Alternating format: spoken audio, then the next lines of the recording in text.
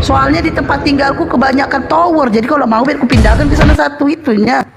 Oke Kak, oke. Enggak ya? Makasih. Iya.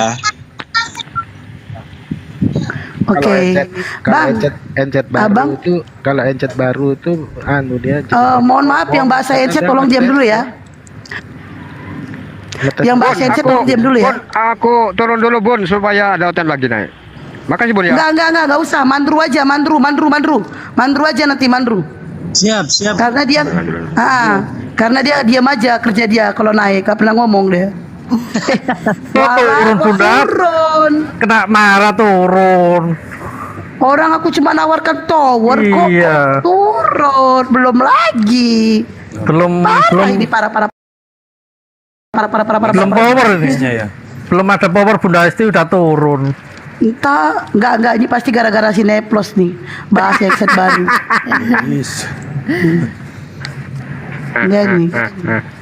Belum apa-apa Bang Neblos nyerang duluan itu. Enggak, mental jaringan weh. Jangan gitu kalian weh. Kalian jangan gitu kalian. Nah, tenang Bang. Aku di sini mendukungmu Bang. Lebar. Sudah. Akhi Neflos mulai akhi. Tanyain. Oke, apa kita mau diskusi apa Bang? Enggak, cuma dengar-dengar aja Kak, enggak ada apa. Cuma dengar-dengar aja gitu Kak. Apa yang Abang dengar Bang?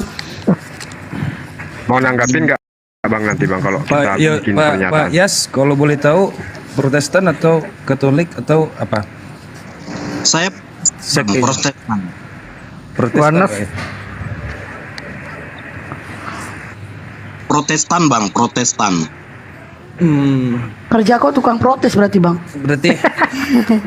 Berarti percaya dengan Tritunggal ya, mengiya dan mengaminkannya ya. Yesus only atau Tritung? Maaf Bang, saya ini sedang belajar juga Bang, sedang memperdalam juga. Jadi saya Belajar tidak begitu Islam. banyak tahu. Sedang belajar Kristen gitu Bang. Mau ke Abang Suaranya izin sekarang, Bang? suaranya kurang baik Pak. Ya itulah jaringan saya ini nggak tahu nih HP saya. Enggak, Ah. bagus saja tapi jelas aja Bang, jelas Bang. Tidak, memang berapa hari ini jaringannya kurang bagus memang. Ya tapi enggak jelas aja kok kedengarannya. Bang, Akhi, mulai Bang akhi. Farasi. Kebetulan Bang Farasi. paket saya habis nih karena saya ini tengah Ini Bang Zuma ada bersuara. Ya silakan Bang. perpuluhan ini. Assalamualaikum Saya pakai warahmatullahi kuota wabarakatuh. Waalaikumsalam Waalaikumsalam Bang Zuma sudah bersuara. Wabarakatuh. Ini saudara Yasparasi statusnya masih belajar. Ya betul Bang Juma saya sering ngikutin juga ini. Betul sekali Bang Juma. Waduh. Padahal gini loh, saudaraku kayaknya adik saya ini ya, lebih tua saya kayaknya. Gini loh, Dik. Di Kristen itu harusnya nggak perlu belajar. Kristen itu tidak perlu sekolah harusnya. Kenapa? Karena doktrinnya di dalam tubuh Kristen itu ada Roh Kudus. Ada manusia yang kemudian di dalam dirinya ada Tuhan. Tuhan itu maha tahu. Sejatinya kalau Kristen itu mau jujur dengan konsep yang dikatakan bahwa kami adalah anak-anak Tuhan, kami ada Roh Kudus. Ya mohon maaf teman-teman Kristen tidak perlu belajar. Karena pengetahuannya di atas malaikat. Kan gitu. Karena yang dimaksud Roh Kudus itu kan akan membimbing setiap semua pengajaran. Coba Anda lihat dalam Yohanes 16. Makanya itu Bang Zuma terkadang membawa tema, kalau teman-teman Kristen itu sudah kelas kakap pengetahuannya menurut mereka, saya biasanya membahas tentang Roh Kudus ini sebenarnya bekerja di Islam atau di Kristen. Supaya kita bisa mengetahui sebagaimana dipesankan Yesus. Yesus mengatakan Roh Kudus itu akan membimbing ke dalam setiap kebenaran. Kan itu, membimbing ke dalam setiap kebenaran. Jadi belajar kimia nggak perlu, belajar fisika nggak perlu, belajar bahasa Inggris dan bahasa-bahasa lain itu nggak perlu. Kenapa? Karena yang namanya Tuhan merasuki seseorang itu spontan aja tahu. Karena Tuhan itu maha tahu. Nah cuman masalahnya sekarang teman-teman Kristen mengaku anak Tuhan, kemudian teman-teman Kristen mengaku Roh Kudus, ini sudah double ini. Ditanya 1 tambah 1 sama dengan berapa aja bingung. Sehingga muncul pertanyaan, di dunia apologet Kristen ini punya Roh Kudus atau tidak? Kalau di Islam kan jelas tuh. Coba tanya Dinda Neplos, apa yang diterangkan Roh Kudus tentang ilmu waris? Nah, Dinda Neplos akan segera buka Quran. Apa yang diterangkan Roh Kudus tentang ilmu militer? Dinda Neplos segera buka Quran. Apa yang diajarkan Roh Kudus tentang ilmu politik? Segera buka Quran. Karena dalam konsep Islam, Roh Kudus itu adalah malaikat Tuhan yang datang membimbing manusia kepada seluruh jalan kebenaran. Litubayyina linnasi ma nuzzila ilaihim. Nah, sementara teman-teman saya Kristen ditanya 1 tambah 1 tambah 1 sama dengan berapa aja linglung. Jadi Roh Kudus ini kemana perginya? Aku akan minta kepada Bapa agar mengirimkan roh penolong lain, roh sang penghibur. Apabila ia datang, dia akan membimbing kamu ke dalam setiap kebenaran.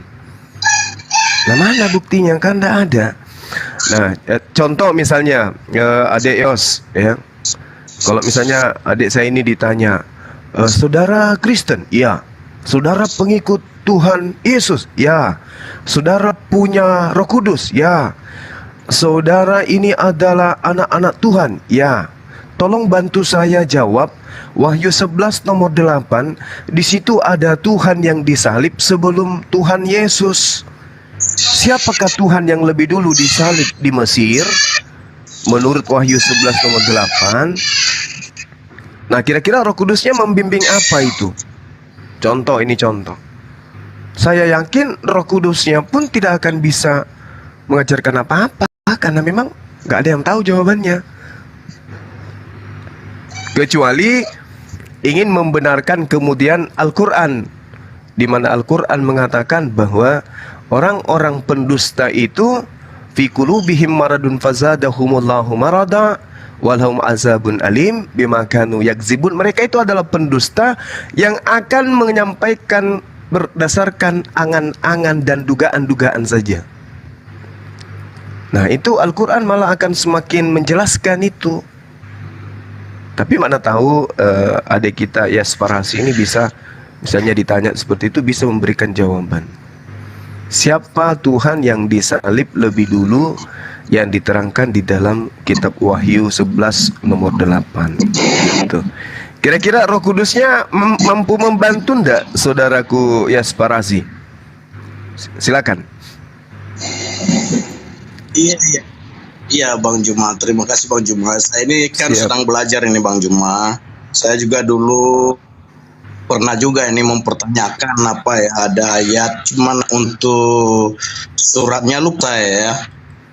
Yang apa katanya, aku adalah jalan Kebenaran. dan kebenaran. Barang Yohanes siapa yang 14 tidak ayat melalui 6. aku, 14. Iya, betul. tidak akan.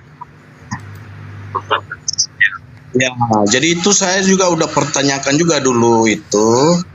Ini apa saya aja ini ya, karena saya juga kurang tahu juga ini. Saya sedang belajar Bang. Jadi itu dulu saya sempat goyang juga dengan ayat itu. Karena di pikiran saya itu ada dua pribadi gitu ya, anak dan bapak gitu. Tetapi saya ketemu, diberitahu saya ada beberapa surat lagi gitu Bang. Di Iya. Yohanes juga.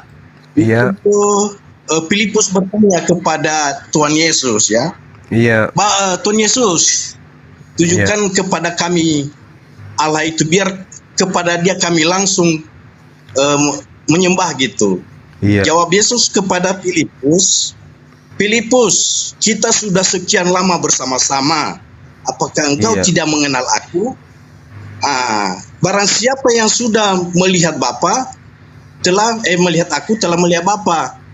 Karena di dalam Bapa aku ada, dan di dalam aku ada Bapa. Gitu. Jadi itu yang membuat saya lebih teguh lagi Bang Juma. Iya, oke. Artinya gini, saudaraku ya. Barang siapa melihat aku, maka dia melihat Bapa. Artinya Tuhan Kristen itu tidak maha tahu. Karena Yesus tidak tahu kapan hari kiamat. Artinya barang siapa yang memukul aku, dia memukul Bapa. Barang siapa yang meludahi aku, dia meludahi Bapa. Barang siapa yang membunuh aku, dia membunuh Bapa. Apakah seperti itu maksud Yesus? Sedangkan di dalam Yohanes 5 nomor 37, Bapa yang mengutus aku, dialah yang bersaksi tentang aku. Kamu tidak pernah mendengar suaranya, rupanya pun tidak pernah kamu lihat. Loh, jadi yang dilihat oleh Filipus itu siapa? Tadi katanya siapa yang melihat aku melihat Bapa. Tapi Yesus mengatakan kamu tidak akan pernah bisa melihat Bapa. Kontradiksi. Atau maksud Yesus siapa yang melihat saya itu sama halnya melihat keinginan Bapa. Karena dikatakan betapa begitu besar kasih Tuhan kepada dunia ini, maka dia mengaruniakan, didomi, memberikan dalam bahasa Yunani, memberikan, didomi, anaknya, supaya siapa yang percaya kepadanya dia akan memperoleh hidup. Maksudnya ketika Yesus mengatakan, aku tidak berkata-kata dari diriku sendiri. Firman yang kau dengar dari mulutku itu bukan dari diriku, tetapi dari Bapa yang telah mengutus aku. Aku tidak berkata-kata dari diriku sendiri. Makananku adalah melakukan pekerjaan-pekerjaan yang Bapa lakukan, yang Bapa perintahkan untuk aku lakukan. Kemudian kesaksian Yesus dalam Yohanes 5 nomor 36, apa yang dikatakan? Ada kesaksianku yang lebih dahsyat, yang lebih mutakhir, yang lebih penting dari kesaksian Yohanes, apalagi kalau cuma kesaksian gereja, bahwa semua pekerjaan yang aku lakukan, pekerjaan-pekerjaan itu juga yang bersaksi tentang aku, bahwa Bapa yang telah mengutus aku. Berarti aku utusan Bapa. Barang siapa yang melihat aku, dia melihat apa yang Bapa inginkan terjadi kepada manusia. Jadi ketika aku menyembah hanya kepada Bapa, berarti Bapa menginginkan agar manusia hanya menyembah kepada Bapa.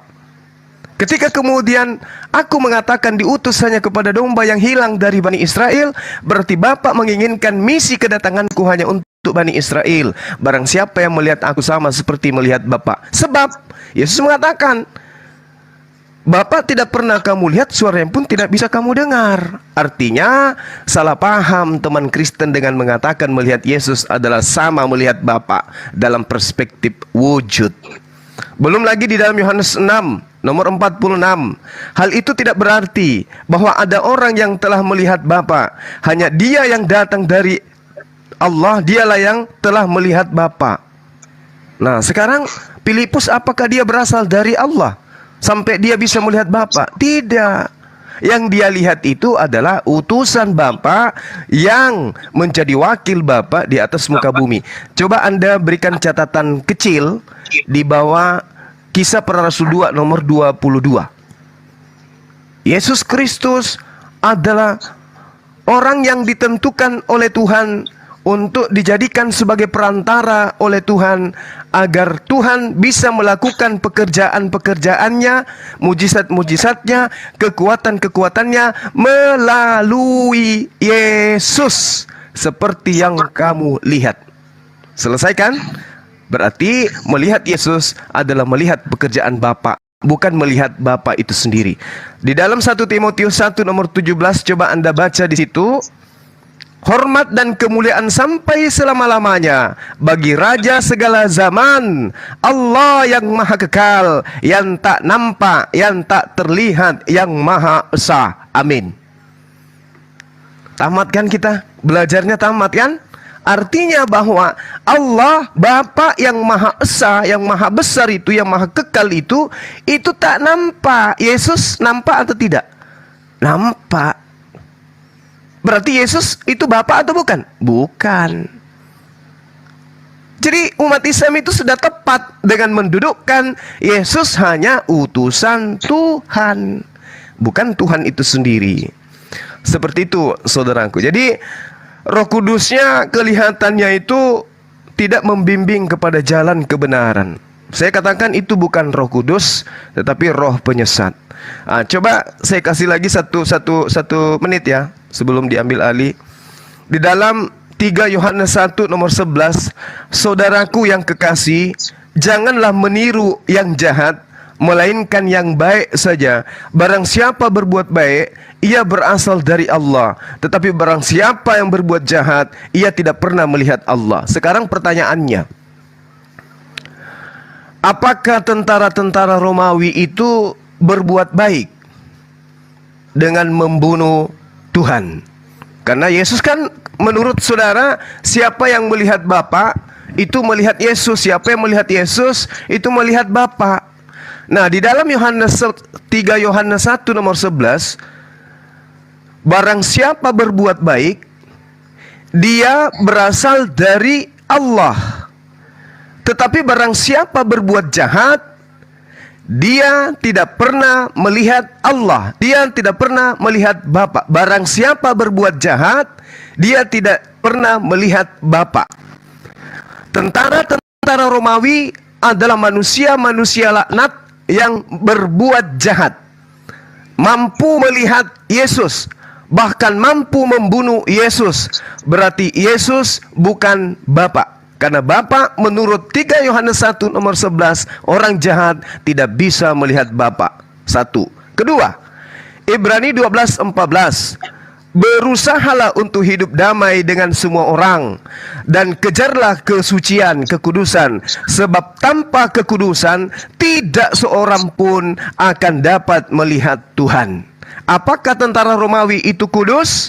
Apakah tentara Romawi itu suci? Kok dia bisa melihat Tuhan Yesus?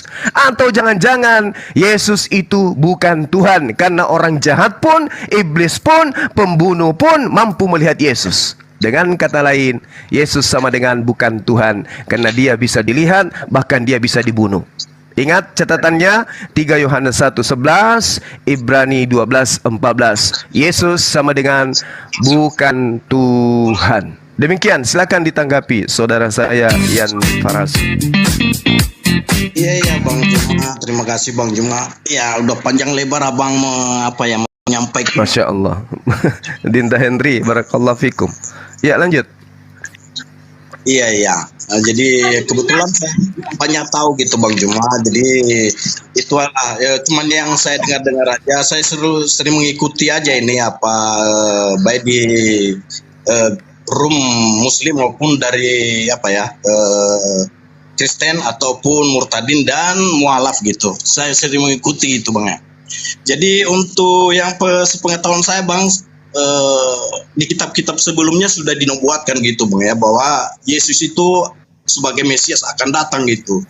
Demikian itu setahu saya gitu. Saya bukan ngajarin gitu. Itu yang saya pelajari. Gak apa-apa saudaraku, kita harus bertanggungjawabkan iman kita gitu. Nanti urusan benar tidaknya kita urai lewat diskusi. Ini bukan kalah menang, ini adalah edukasi gitu. Silakan. Lanjut.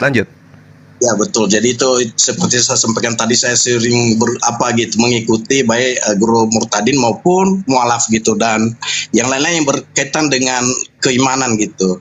Jadi itu tadi saya karena ada dari kitab-kitab sebelumnya itu sudah dinubuatkan bahwa akan datang seorang Mesias gitu, dan itu akan terjadi gitu, yaitu penyaliban dan kematian dan bangkit gitu. Jadi bukan hanya dari kitab-kitab sebelumnya sudah ada gitu Bang. Jadi saya nggak bisa terus-menerus melanjutkan gitu Bang. Saya takut salah juga jelasinnya nanti gitu, karena saya sedang belajar gitu Bang. Iya, baik. Jadi gini saudaraku, sebelum kita serahkan forum ini ke host, jadi nubuatan tentang Mesias itu memang ada. Jelas itu mutlak diimani. Umat Islam juga harus beriman bahwa ada Mesias yang kemudian kami sebut dengan sebutan Al-Masih yang datang kepada Bani Israel. Tapi nubuatannya hanya untuk Israel, 1.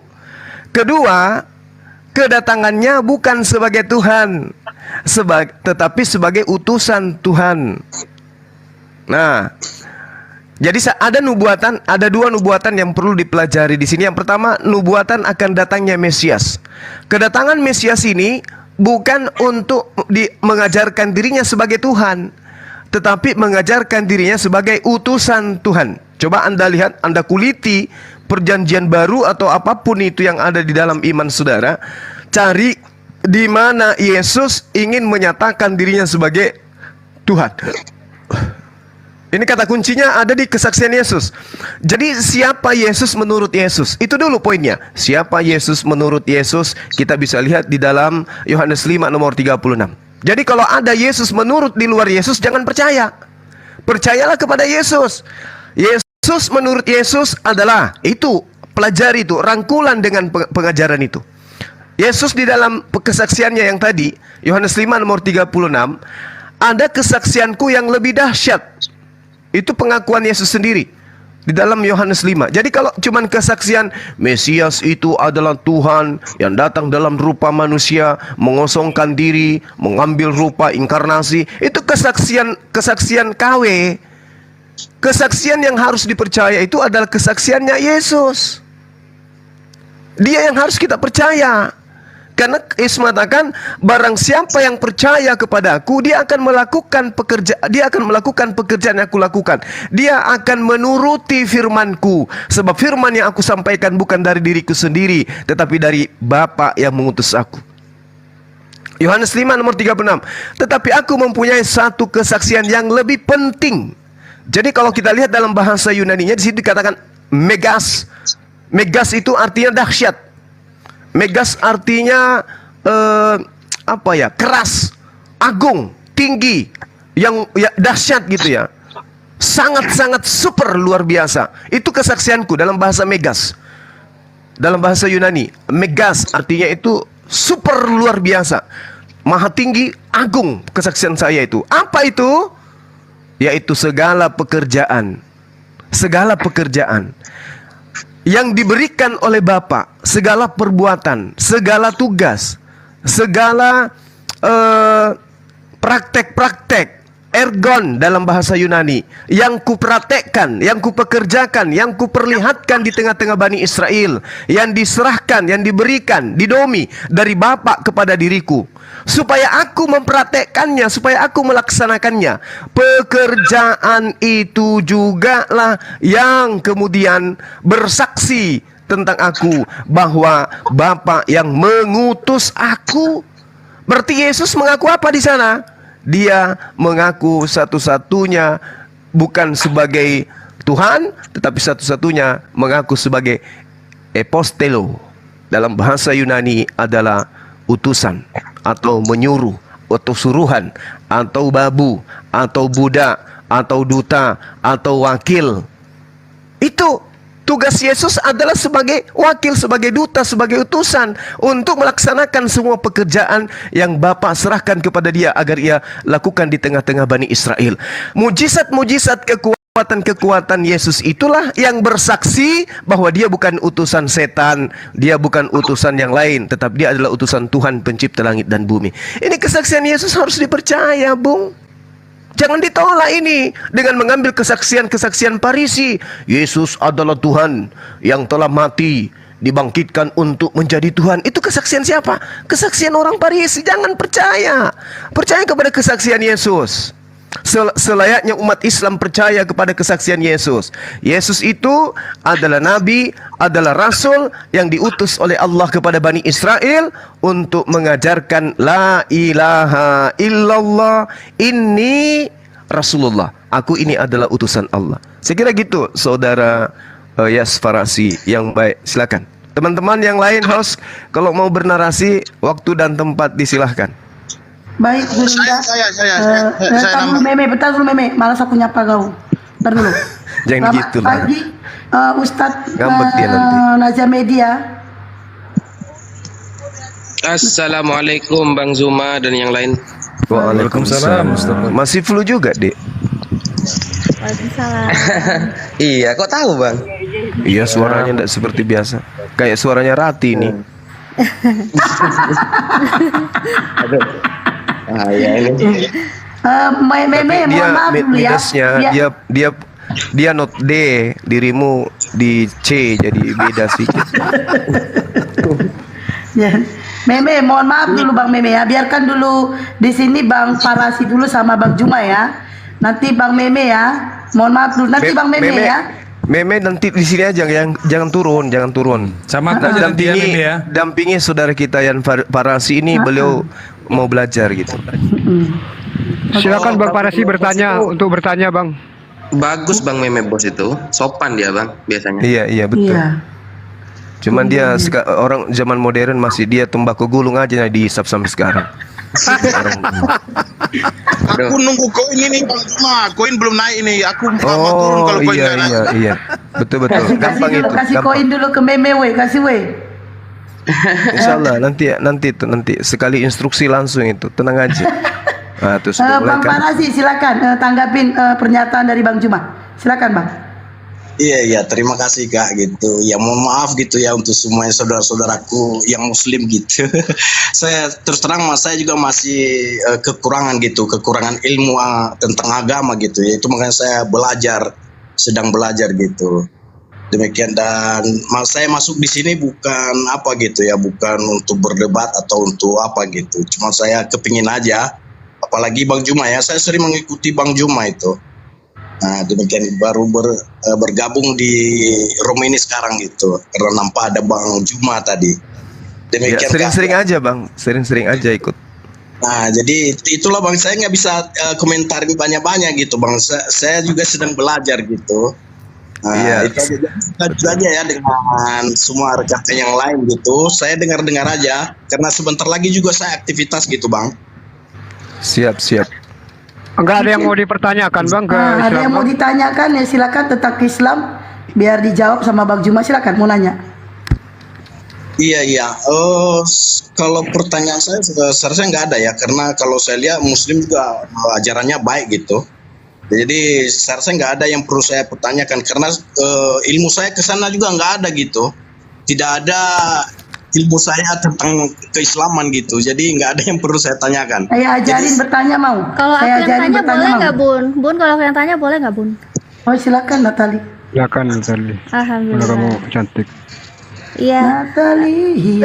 Nyanyi lagi. Kau telah berubah. Oke lagi. Bang Farasi. Iya Kak, selamat pagi. Jelas Kak, jelas. Iya, jelas Kak, jelas. Oh iya, alhamdulillah. Iya. Bang Farasi ini kan Protestan.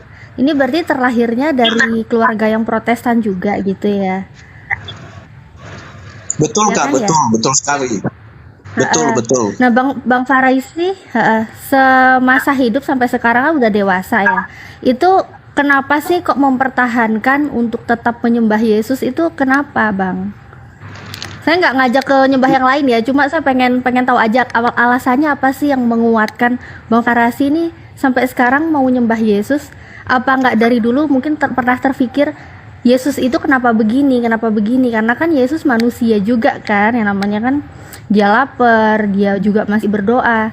Nah itu kenapa kok Bang Farisi masih sampai detik ini masih mau menuhankan Yesus, kenapa Bang?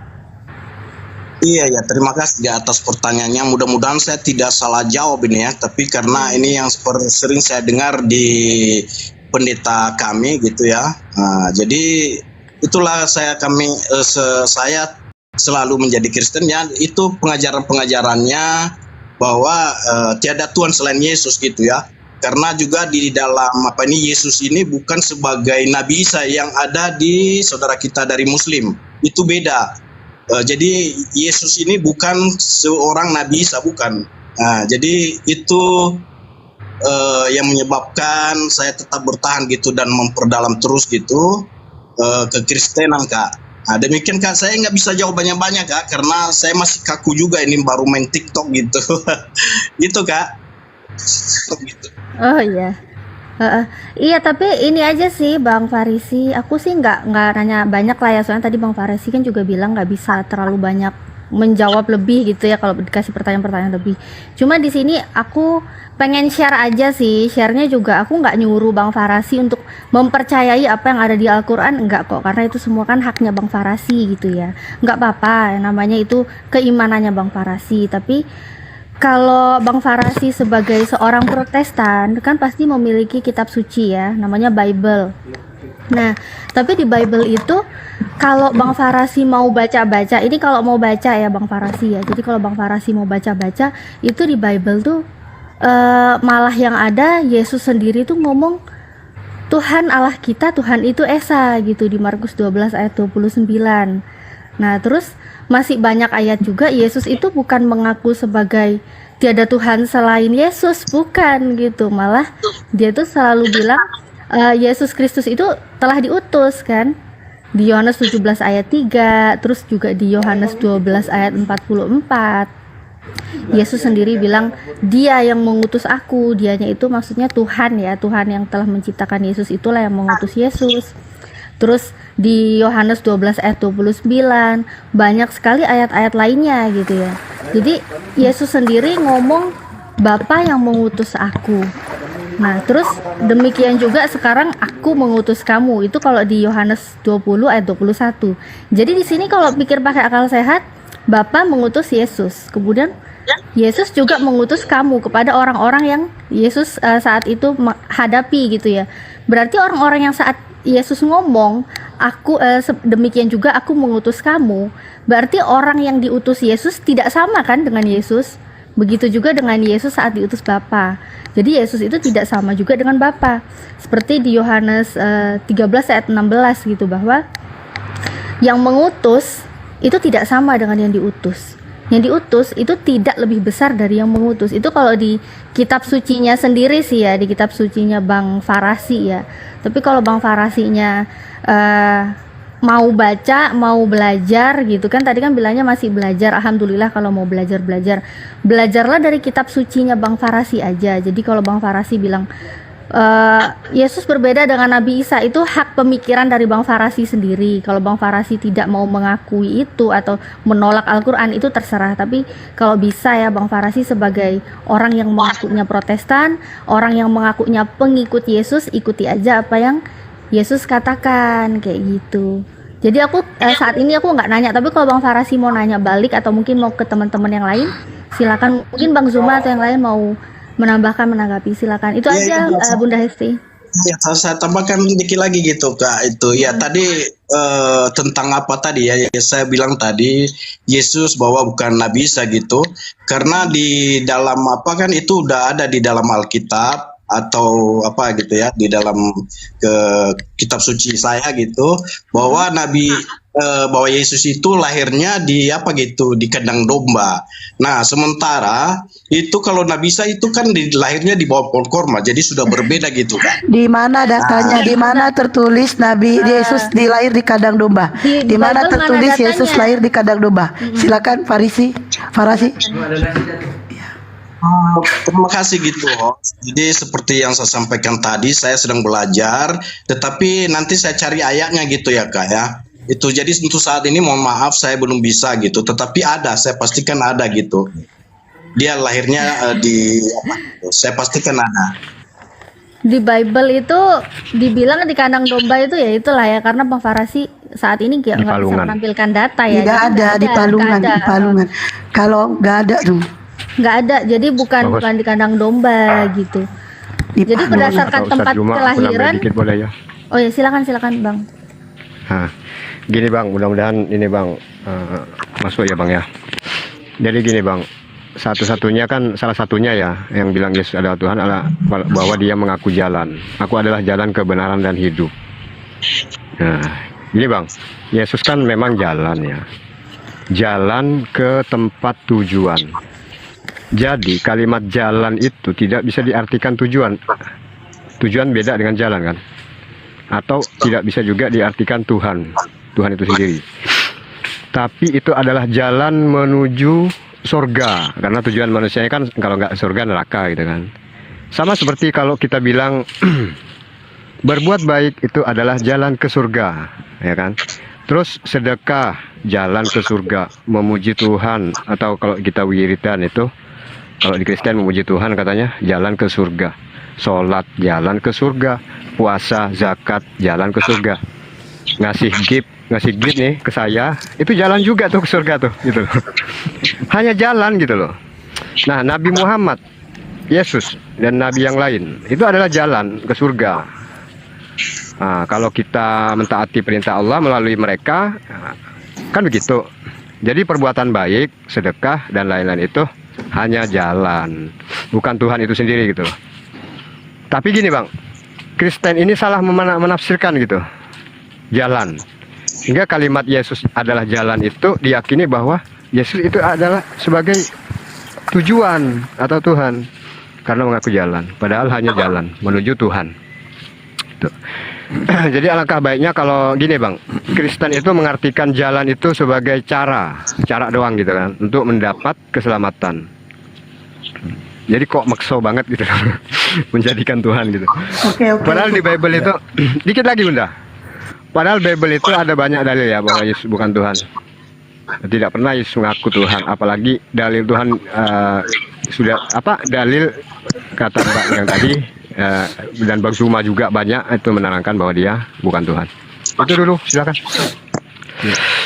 Oke, silakan mungkin Bang Neplos atau Ustadz Wafi ya mau ini nambahin, silakan. Sedikit aja kalau untuk Pak Yas lah. Pak Yas ini kan orang baik. Bang Neplos. Ya? Tafadhol, lanjut Bang Neplos. Oh, iya ya, Ustaz. Ini saya coba main prosotan dikit.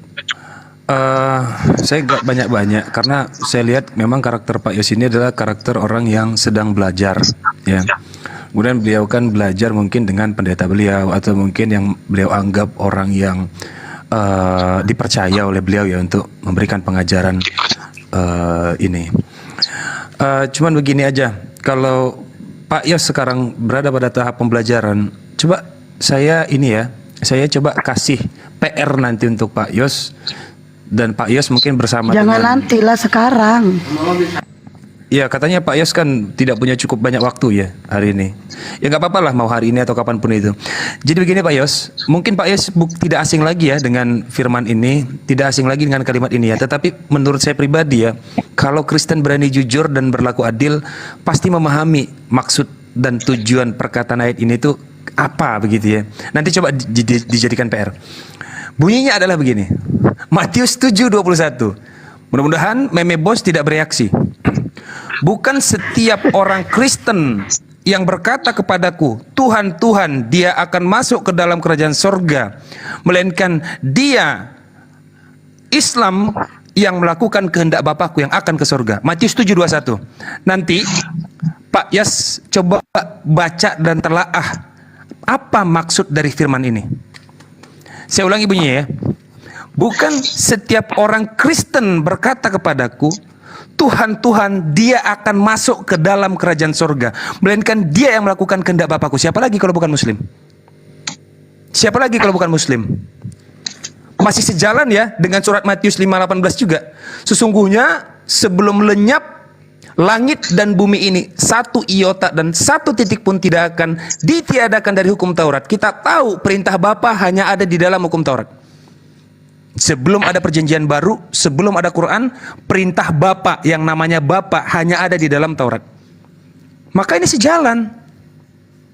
Nah masalahnya Kristen menganggap begini, sebelum semuanya terjadi, seolah-olah kata sebelum semuanya terjadi, kejadian itu merujuk kepada penyaliban Yesus. Salah. Ini masih sejalan dengan kalimat sebelumnya. Sesungguhnya selama belum lenyap langit dan bumi, artinya itu dulu yang terjadi, barulah hukum Taurat ditiadakan. Bukan penyalibannya ditiadakan. Kan gitu ya. Nah itu 2 PR aja nanti supaya jadi pembelajaran sama Pak Yos. Kenapa harus diucapkan di dalam Matius 7:21, Matius 7:21, bukan setiap orang Kristen. Kenapa harus Kristen yang dituju di situ? Itu ya Pak Yos ya. Oke, host. Kan bereaksi kan? Bereaksi, pasti bereaksi. Sebentar Bang Meme, karena bentar, Bang Meme, mohon maaf Bang Meme, waktunya Bang Farisi juga nggak lama. Sebentar. Kalau Bang Meme mau sampai malam pun kita nggak masalah. Sebentar, biarkan dulu Bang Farisi. Nah, karena juga dia mau kerja. Ya bentar ya Bang Meme. Silakan Bang Farisi menanggapin. Tadi sudah ada pernyataan dari Natali, Bang 400 dan Bang Neplos. Silakan Bang Farisi nanggapin. Teman-teman yang typing di bawah, ini permintaan dari Bang Juma ya. Bang Juma mengatakan siapa yang berbicara itu yang dibesarkan, kecuali hostnya tak lagi kemana baru ya. Jadi yang typing ya, Bang Juma yang ini menyarankan siapa yang berbicara itu yang dibesarkan. Mohon maaf ya yang typing ya. Oke, silakan Bang Farasi tanggapin. Ya terima kasih Kak Host gitu ya tadi sudah saya dengar semuanya gitu ya. Yang terakhir tadi diperhatikan Matius 7 ayat 21 gitu ya, dan Matius 5 ayat 18 ya. Nanti saya coba buka-buka gitu ya Bang. Ya terus terang betul saya jujur saya sedang belajar gitu. Jadi mudah-mudahan lah kita gitu ya dengan ini bukan menjadi kita ya saling bermusuhan atau bagaimana gitu. Demikian karena saya sering sering dengar-dengar gitu baik di murtadin maupun mualaf gitu. Jadi saya dengar semuanya gitu. Jadi saya menimbang-nimbang gitu. Kadang-kadang ada yang gak enak juga kan. Ada penghujatan itu menurut saya tidak baik gitu. Sebagai orang yang beriman atau beragama. Demikian itu Kak Host, mohon maaf gitu. Waktu saya sudah mepet gitu, udah lewat jam 10. Iya, nggak apa-apa ya. Nanti kalau ada waktunya lagi naik aja lagi nggak apa-apa. Ya, jadi mohon maaf semuanya atas ada yang salah gitu ya Kak. Karena saya juga sedang belajar gitu. Saya tidak begitu bisa menjelaskan semuanya gitu. Demikian ya, salam untuk semua ya Kak ya. Mohon maaf saya ya. Iya, terima kasih udah Saudara bergabung. Yas, host, Saudara Yas, boleh 1 menit dari saya sebelum Anda turun? Ya silakan Bang Juma, silakan Bang. Oke, terima kasih, Masya Allah. Jadi tadi Anda mengatakan Nabi Isa Yesus itu beda. Gini, mungkin saudara pernah mendengarkan tumbuhnya kurma yang di Israel sana, di mana kurma itu diberi nama Metusela dan juga diberi nama Hanna. Menurut peneliti dari arkeolog berasal dari Israel, kurma yang ditanam dan diberi nama Matusela, kemudian ada yang diberikan nama Adam, Boas, Hana, Yunus, Yudit, dan Uriel, itu menurut penelitian ilmuwan Israel, arkeologi yang ada di sana, singkat aja Bang Juma. Iya, itu berusia 1800 tahun hingga 2400 tahun silam. Di tempat kemudian Nabi Isa alaihissalam lahir, itu ditemukan biji kurma yang usianya 2000 tahun kurang lebih hari ini. Artinya ketika Al-Quran menerangkan Nabi Isa lahir di dekat dari pohon kurma, ini sudah ditemukan bukti arkeolog memang ada kurma di sana. Nah sekarang ada ndak palungan atau kandang domba yang bisa ditemukan arkeolog tempat Yesus lahir? Nggak ada Bang, sampai 2 hari sebelum kiamat nggak ditemukan. Tapi ilmuwan sudah menemukan, para arkeolog sudah menemukan biji daripada kurma di mana Nabi Isa alaihissalam itu dilahirkan. Nah itu sebagai referensi untuk Anda pikirkan. Anda boleh cari di Google atau apapun, ditemukannya biji kurma yang hidup 2000 tahun yang lalu di tanah Yudea, tempat Yesus berasal. Demikian dari saya, terima kasih. Oke Bang, terima kasih banyak gitu Bang. Nanti saya coba buat cari tahu, dan juga itu tadi saya membedakan bukan Yesus adalah bukan Nabi Isa ya, karena di keturunannya juga sudah berbeda. Itu siapa, ada Harun ya, keturunan Harun atau apa gitu. Nanti kita lanjut lagi Bang, pasti saya akan cari Abang nanti gitu ya. Maaf saya waktu saya sudah mepet. Saya di follow saya Bang, supaya nanti tahu. Di fallback Bang Farisi, di fallback ya. Ya, itu Bang Juma di fallback. Yuk. Lanjut. Oke. Lanjut KSD. Oke. Teman-teman yang agama Kristen yang mau diskusi silakan naik. Silakan Meme Bos bersuara. Mohon maaf tadi ya. Oke, silakan Meme Bos, silakan. Jangan ngamuk-ngamuk kamu. Oke, saya akan berdialog dengan seseorang yang ada di Aku komat tukang ini. kabur, gayamu berdialog dengan seseorang tukang kabur pun kau. Dinda Neplos, silakan duduk di depan. Ini Mohon maaf ya, mohon maaf ya, Kristen naik ya, mohon maaf. Iya. Itu Muslim udah banyak banget di atas, mohon maaf teman-teman. Mohon maaf biar kita nggak keroyokan.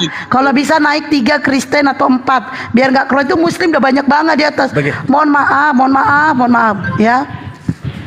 Bagaimana? Meme? Itu saya minta Tuhan melawan saya. Di sini kita membahas tentang Yesus saja. Jadi saya tidak mau membahas yang lain. Tetapi di sini kita akan uraikan siapa Yesus. Siapa yang berani maju untuk menghadapi saya. Gaya kali gua tukang kabur. Dinda Neplos, antum bisa, silakan. Iya. Oke. Hampir dibukin dulu ini. Meme kau dengar kan Bang Juma nyuruh si Bang Neplos. Artinya kau tuh nggak level Bang Juma, dan males Bang Juma sama kau. Bukan. Kalau untuk karya Bukan. seni Salah apa saja. host. Kalau untuk karya seni nggak apa? Bang sengaja Bang ngompor Bang. Bang Juma izin 2 menit katanya. Soalnya Meme? saudara Meme ini otak kanannya sedikit ada gangguan. Jadi memang harus orang yang paham tentang logika berpikir, kerangka berpikir, yang paham tentang psikomotorik seseorang yang harus menghadapi beliau. Saya sudah sering. Sedikit lagi beliau ini sehat. Percayalah. Silakan Amin. Dinda Siapa Neplos. yang maju? Ya Siapa yang sudah. maju? Waktu Kalau sampai kalau PT begitu Buat dengan Tambak. saya saja yang sama-sama gilanya dah. Yuk. Bang Meme nggak penting, yang penting penonton, yang Cari penting yang penonton lebih kita. hebat aja. Ya dengan saya aja, ya kan. Tapi ingat, Gimana? Meme Meme udah tapi ingat, Bang, bilang Bang sama Meme Neplos, jangan tapi kabur. tetap aja nampaknya dia khawatir. Nampaknya dia khawatir ini. Oke, Sudah sekarang mulai kita khawatir mulai. kan, Siapa Meme yang Bos? menjadi lawan Ya, saya? silakan Supaya mulai. Jangan terombang-ambing di sini. Oke teman-teman yang agama Kristen yang mau diskusi silakan naik. Kalian bantu si Meme kalian ini. Yang agama Kristen Kalau naik saya kalian tidak 2 lagi. terus bantu, saya Naik 1000 2 orang lagi biar gak berusaha keroyokan. Naik 2 lagi Kristen. Temanya adalah siapa Yesus menurut Yesus, begitu ya? Jangan menurut Oke, orang lain boleh. dong. Yang paling Boleh, tahu boleh, tentang Yesus adalah siapa? Yang paling tahu tentang Yesus? Siapa yang paling tahu tentang Yesus? Oke, sekarang kita mulai aja, nggak usah lagi putar-putar. Kamu Enggak. duluan. saya Sebelum duluan. dilanjutkan, saya mau tahu dulu biar kita sepakat dulu, Meme Bos. Kita sepakat dulu. Udah, Siapa yang paling tahu tentang lanjut aja, wah, nggak usah putar-putar. Neplos. Wah, dia sudah tahu. Kita Lanjutkan, Bang. bukan. Langsung Kita aja. akan Ini membahas siapa lagi? tentang Yesus. Siapa Langsung aja Yesus biar itu? nggak repot. Oke. Oke, saya dari pihak Kristen ya. Yesus, aku Oke, adalah baik, baik. Bapa dan Bapa dalam aku. Artinya dia itu Tuhan itu sendiri. Di mana itu tertulis? Waduh parah ini. Al-Quran makin bener ini. Yukhadi'una Allah walladzina amanu. Orang-orang kafir menipu Allah, tetapi sebenarnya mereka menipu diri mereka sendiri. Coba terangkan di mana tertulis Yesus mengaku Bapa. Iya. Silakan Dinda Neplos. Iya, udah kelihatan apa yang dikatakan yang tertulis di dalam Mazmur 120 ayat 2. Ya Tuhan, lepaskan aku daripada bibir-bibir dusta, daripada lidah-lidah penipu. Maka di dalam Yohanes 8:44, iblislah yang menjadi bapakmu dan kamu ingin melakukan keinginan-keinginan bapakmu. Nah itu, bapakmu iblis kalau kau mengatakan demikian. Bukan Yesus. Abang baca jangan sepotong. Itu ayat ditujukan buat siapa? Kalau sepotong sudah cukup mewakili Buat orang yang segalanya. tidak percaya kepada Yesus. Ya, buat orang yang tidak percaya kepada Yesus, iblislah bapakmu. Loh, itu sebuah keharusan. Tidak percaya Yesus adalah Bapa. Bagaimana mungkin Yesus bisa menjadi Bapa? Bukankah kalian sepakat? Dan Jadi begini, Bang. Bagaimana ceritanya? dar. Bang, nih, Bang. Oh, Neplos. Hah? Gimana ini? Kok langsung au. Yohanes Santai Bang Neplos, santai. Panjang lagi perjalanan kita Bang. aku ada di dalam Aduh, Bapa dan jaringan Bapa kau pun ada di datang dalam bulan. Jaringan. Makanya janganlah memelihara bibir pendusta dan lidah penipu. Untuk apa kayak begitu? Sejak kapan Yesus bisa berubah menjadi Bapa? Kalau Anda mengatakan bahwa Yesus itu sama dengan Bapa hanya karena Yesus pernah berkata, barang siapa yang melihat aku maka ia melihat Bapa. Sesungguhnya aku dan Bapa adalah satu. Sesungguhnya aku ada di dalam Bapa dan Bapa ada di dalam aku. Maka kesimpulannya adalah Yesus adalah Bapa. Selamat Anda menciptakan jebakan yang akan membunuh diri Anda sendiri hari ini. Pertanyaan saya satu, ya, saya tunjukkan jebakannya di mana. Pertanyaan saya satu, bolehkah Yesus dipanggil Bapa jika Yesus sama dengan Bapa? Jawab itu. Bolehkah Yesus dipanggil Wah, ini abangnya panik pasti. Adiknya digas. Bang Neplos, pelan-pelan Pak Supir, baru jam 10. Pelan Pak Sopir, ponteng. Pelan-pelan Pak Supir, baru jam 10.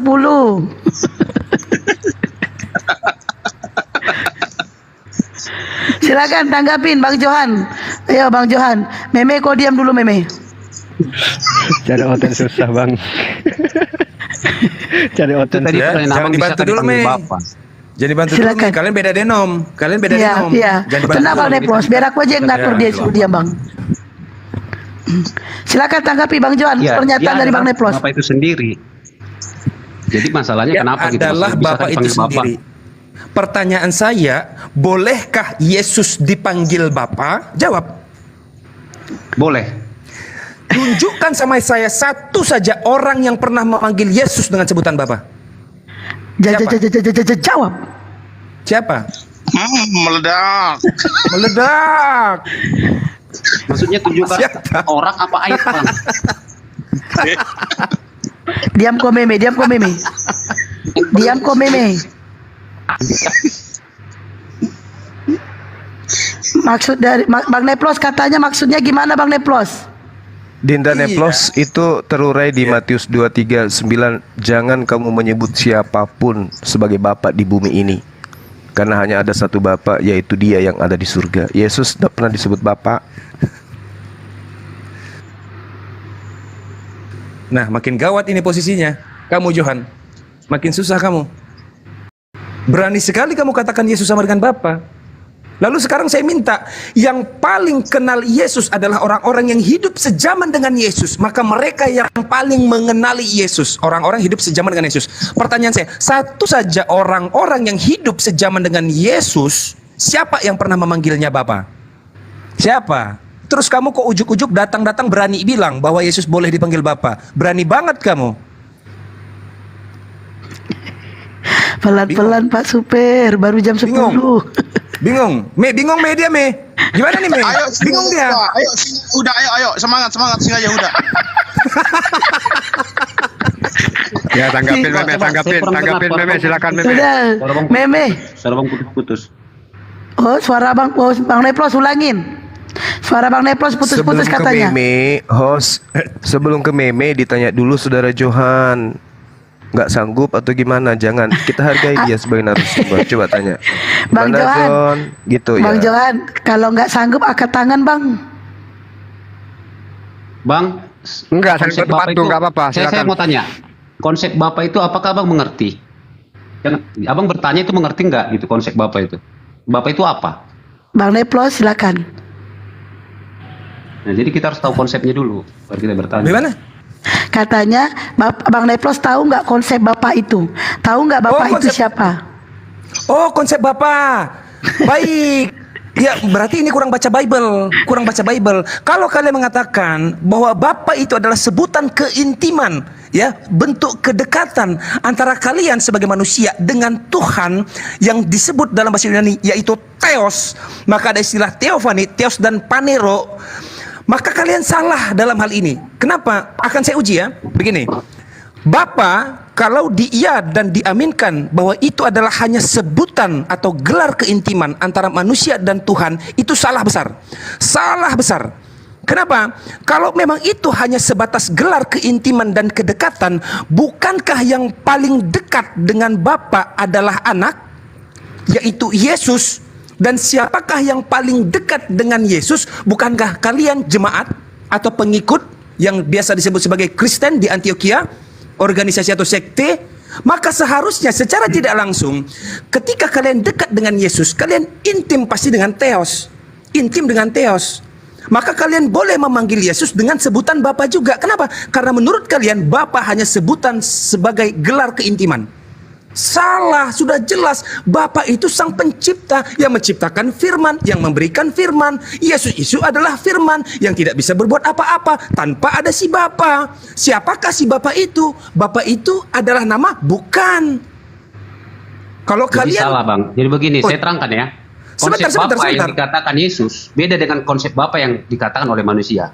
Biar bukan Abang ini mengerti. Bapa sebagai kata atau Iya, Bapa sebagai jadi pencipta yang mau dibahas. Dalam hal Yesus mengatakan Bapa, itu arti Bapa adalah Allah yang berada bertahta di surga. Baik, Nah, Abang harus mengerti. Baik. Bukan konsep pegelaran antara anak dan Bapa. Oke, Jadi ini beda lagi Allah berarti. yang ada di dunia, itulah Tuhan Yesus. Dia disebut anak. Baik. Allah Bapa adalah Allah yang berada di kerajaan sorga, betul? Nah, Allah seutuhnya, itulah Allah sesungguhnya. Allah seutuhnya yang ada di kerajaan sorga. Baik, apakah Yesus Allah seutuhnya? Allah juga seutuhnya. Allah Saya mau jawab. seutuhnya? Apakah Yesus Nah. Allah seutuhnya yang di sorga? Benar. Kenapa dia tidak bisa disebut Bapa? Dia diutus. Dia turun diutus. sendiri inkarnasi ke bumi, disebutlah dia Allah anak. Iya, dia boleh disebut Bapa atau tidak?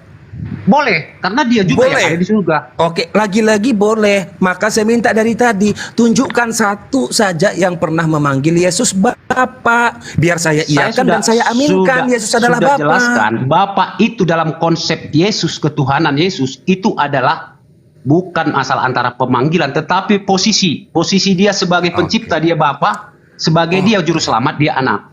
Konsepnya bukan masalah anak dan Bapa, bukan. Konsep pencipta dia itu Bapa. Namanya adalah Yahweh, Elohim, sang pencipta. Oke. Di bumi dia Karena disebut sang besar juru selamat, kasihnya, Yeshua karena HaMashiach. besar kasihnya akan dunia ini sehingga dia mengaruniakan dirinya atau mengaruniakan anaknya yang tunggal. Mengaruniakan anaknya yang tunggal. Kenapa Yang tidak disebut mengaruniakan Yeshua dirinya? HaMashiach. Kenapa tidak mengaruniakan dirinya jika memang itu sama? Konsep saya bilang tadi, dia turun di bumi Iya, menjadi benar. anak manusia, Iya. maka disebut anak manusia, seorang anak manusia. Baik. Pertanyaan saya sama. Kenapa tidak disebut dirinya jika memang dia sama? Kamu kan Yohanes. Kenapa tidak disebut mengaruniakan dirinya? Kenapa harus mengaruniakan anaknya? Apakah berbeda? Saya sudah jelaskan, Abang. Di konsep Ya, dia coba jelaskan kalau sebagai begitu. wujudnya di manusia disebut anak manusia. Oke. Dia tidak Wujudnya dia sebagai manusia disebut sebagai tidak Allah, Bapa Oke. Allah, tidak. Anak Iya, Allah, wujud, anak iya, baik, wujud nggak apa-apa. daripada Oke, kedatangannya. saya ikutin. Wujudnya sebagai manusia, dia dipanggil siapa? Dia sebagai Yeshua HaMashiach, juru selamat. Yeshua HaMashiach, Yesus Kristus. Wujudnya sebagai firman, dia dipanggil apa? Dia Allah. Bingung kan? Wujudnya sebagai firman. Iya, Emang dia konsep Abang wujudnya sebagai firman. Dia dipanggil apa? Dia tidak ada berwujud sebagai firman. Abang salah. Loh, pada Firmannya. mulanya adalah firman. Bagaimana tidak berwujud seperti firman? Pada mulanya adalah firman, Yohanes 1:1. Dia dipanggil apa? Jadi konsep Abang yang pertanyakan ini tujuannya Bukan kemana? konsep saya, konsep Bible yang saya tanya. Pada mulanya adalah firman. Disebut apa itu firman itu? Manusia, dia disebut Yesus. Firman disebut apa? Firman ya, firman itu Abang paham nggak firman? Kalimatullah itu. Ya, dipanggil apa itu? Ya firman ya firman. Kita mau panggil firman apa ya firman. Manusia ya manusia dong kalau begitu. Kita udah pernyataan Abang tadi sudah nggak nyambung dengan yang kita bahas tadi sebagai anak dan coba bapa. saya simpel ya, saya ringkas pertanyaan saya. Saya permudah pertanyaan saya. Kalau seorang anak manusia itu dinamai sebagai Yesus, maka sebelum dia menjadi manusia, dia dinamai apa? Banyak Bang. Elohim, Yahweh. Apa? Yahweh. Elohim. Yahweh. Elohim. Sang perkasa. Elohim itu sang pencipta. Yehovah. Oh, saya tahu nama aslinya sebenarnya. Yehova itu aku adalah aku. Banyak sebutannya Bang. Itu namanya? Dia menjadi Yeshua HaMashiach. Yeshua HaMashiach itu adalah gelar. Baik. Sang juru selamat. Terima kasih. Yahweh tidak boleh disebut sebagai Yesus. Betul? Kamu setuju atau enggak? Bolehkah Yesus disebut Yesus atau dipanggil Yesus? Boleh? Sekarang Yahweh itu apa artinya Bang? Jangan kita salah itu bukan nama Bang. Sejak kapan tetragramaton itu ada artinya? Sejak kapan? Kamu bisa sebut Yahweh itu Abang. Kamu sebut sejarah. Yahweh juga Musa karena bertanya, siapakah namamu? Yahweh. Ya artinya apa? Yahweh Coba ajarin aku saya. adalah aku. Ajarin saya Yod Heh Vav Heh dalam sumpah tradisi Yahudi yang saya bocorkan hari ini, bagaimana mereka menyebut Yod Heh Vav Heh dengan spelling Yehovah. Maka ada aliran yaitu saksi Yehova.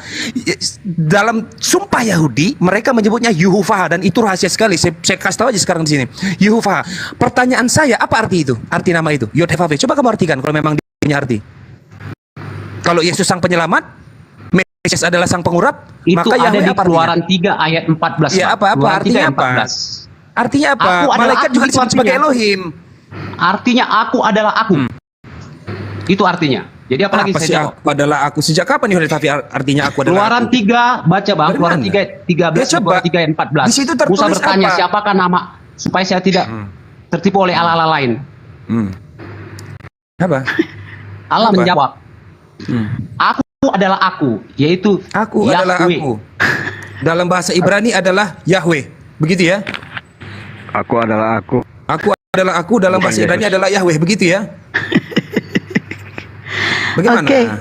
Oke, Bang Leplos, mohon maaf biarkan Bang Juma yang nanggapin ya. Soalnya Bang Juma setengah jam lagi mau sholat, jadi nanti biar Bang yang lainnya ngomong. Oke, Bang Leplos ya. Enggak apa-apa. Ini saatnya beliau turun tangan, udah dikasih push up semalam. Siap Bang Juma. Silakan Bang Leplos. Dia habis makan ayam potong tadi tuh, udah. Oke. Tapi asal antum semua tahu ya, ternyata jadi pendengar itu 2 kali lebih jahat loh. Botrek habis ini. Lanjut. Enak kan Bang Juma jadi Bani Taiping? Betul. Pening. Oke, Bang Deplo sabar ya, dia lagi datang bulan. Ya, bagaimana? Enggak, kalau ke sana, kalau kamu masuk kepada gramatikal Hebrew, apalagi Hebrew leksik bicara soal Hebrew kuno, itu udah kamu belum saatnya ke sana. Saya juga belum kelasnya ke sana. Itu sudah ada ahli-ahlinya ya. Kita nggak usah bahas bahwa secara tetragramaton itu yod he vav he yang diucapkan sebagai Yuhua atau diucapkan dengan sebutan Yuhuvaha itu memiliki arti atau tidak. Setahu saya yod he vav he tanpa nikut kalau dibaca yang seharusnya tidak bisa dibaca itu tidak ada artinya. Itu tidak artinya. Kenapa? Karena itu proper name, bukan generic name, bukan Superman lagi ya, bukan common name, bukan vernacular name. Ada 3 kategori klasifikasi. Kalau soal nama kebendaan ya, pertama itu proper name, yang kedua itu generic name yang pertama, yang kedua itu adalah common name, yang ketiga adalah vernacular name. Nah, yod he vav he tidak berada pada ketiganya, dia berada pada proper name. Kayak gitu. Maka tidak butuh arti juga di situ. Nah, udah sekarang kita fokus aja. Kalau kamu bilang Yesus adalah Bapa, singkat aja kalau begitu, ya. Ketika preman-preman Roma membunuh Yesus, apakah sama secara tidak langsung mereka telah membunuh Bapa? Coba jawab. Oke saja.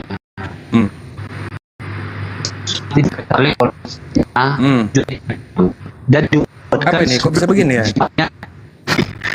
Jaring si Johan. Bisa begini nih. BPJS. Budaknya mulai ada habis. jaringan. Jaringan sampean. Ngomong apa sih? Nah kan pakai gelar keintiman lagi dia. Itu kan. Orang ajar nih. Penipu nih.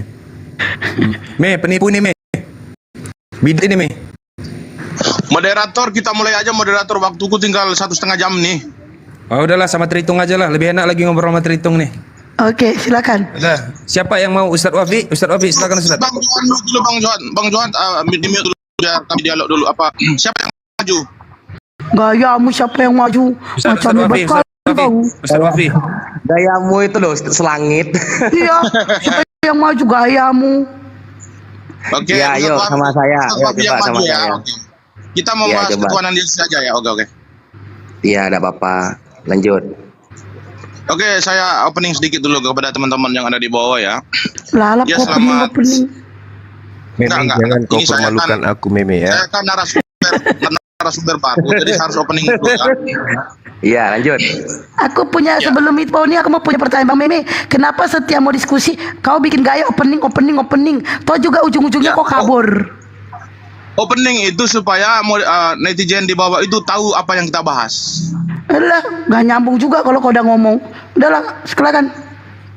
Oke, baik. Terima kasih atas waktu yang sudah diberikan kepada saya. Sebelum saya opening statement berkaitan tentang ketuhanan Yesus, mungkin saya mengutip salah satu ayat yang ada di dalam Alkitab, yaitu di Perjanjian Lama di Amsal 26 ya, ayat 4-12. Bunyinya begini, ini tolong dengar baik-baik ya. Siap. Jawablah orang bebal menurut kebodohannya, supaya jangan ia menganggap dirinya bijak. Siapa yang mengirim pesan dengan perantaraan orang bebal, mematahkan kakinya sendiri dan meminum kecelakaan. Oke, saya akan lanjutkan. Itu hanya sebuah peringatan kepada orang-orang yang selalu mempermasalahkan tentang ketuhanan Yesus. Tetapi menurut saya ketika teman-teman Muslim mempersoalkan tentang ketuhanan Yesus, ada benarnya juga. karena memang teman-teman muslim tidak mengimani Yesus sebagai Tuhan dan Juru Selamat, tetapi kami sebagai orang Kristen mengimani Yesus sebagai Tuhan dan Juru Selamat. Oke. Alasan kenapa orang Kristen mengimani Yesus sebagai Tuhan dan Juru Selamat, kekristenan itu memandang Yesus itu dari berbagai macam sudut pandang, tidak seperti teman-teman muslim. Jadi berkaitan tentang sudut pandang yang kami lihat siapa Yesus ini, nanti saya akan jelaskan secara detail. Nanti sebentar sesi berikutnya saya akan jelaskan siapa Yesus di dalam Alkitab. Tetapi orang Kristen mengimani Yesus sebagai Tuhan dan Juru Selamat itu benar-benar mutlak karena Dia adalah Tuhan, jadi tidak ada Tuhan selain Yesus. Untuk sementara itu saja dulu, mudah-mudahan dialog kita pada siang hari ini bermanfaat bagi teman-teman yang ada di bawah. Silakan. Silakan Ustadz Wafi mau bikin statement juga. Ngomong apa, Me? Oke. Saya cuma nanya Mas Meme Bos. Langsung diskusi ya. Ya, diskusi aja. Karena mau bagaimanapun saya tidak meyakini bahwa Yesus itu adalah Tuhan yang berhak disembah. Pertanyaan saya gini, Mas Meme Bos. Buktikan kepada saya, pernah nggak Paulus berdoa, bersyukur, bersujud atas nama Yesus? Paulus dulu. Pernah nggak Meme Bos? Berdoa, Silakan. bersyukur, bersujud atas nama Yesus. Oke, berbicara tentang Paulus artinya kita berbicara tentang para rasul secara generalisasi ya, setuju ya? Paulus aja, saya minta Paulus saja. Dari berbagai suratnya. Kan yang mendominasi dalam perjanjian baru kan surat Paulus tuh. Kasih saya satu ayat, pernah nggak Paulus berdoa, bersujud atau goyatul khudu' wa tadzallul ya, beribadah atas nama Yesus? Coba satu ayat aja. Oke, baik, saya akan jawab. Jadi begini, kalau berbicara tentang Rasul Paulus artinya kita berbicara tentang generalisasi, artinya kita mengumumkan seluruh para rasul. Baik, apakah para rasul ini mereka berdoa dalam nama Yesus atau tidak? Saya katakan mereka akan berdoa dalam nama Yesus karena memang sebelum Yesus terangkat ke surga, dia sudah memberikan amanah agungnya kepada, bukan amanah agung, dia sudah memberikan amanah kepada murid-muridnya ataupun bernubuat di Yohanes 16 ayat 26 bahwasan pada saatnya nanti kamu akan berdoa dan meminta segala sesuatu dalam namaku. Nah, terbukti ketika Yesus terangkat ke surga, orang Kristen ataupun murid-murid Yesus sudah pasti mereka akan berdoa dan meminta segala sesuatu dalam nama Yesus. Coba buktikan satu ayatnya di surat Paulus bahwa Paulus berdoa, bersyukur atas nama Yesus.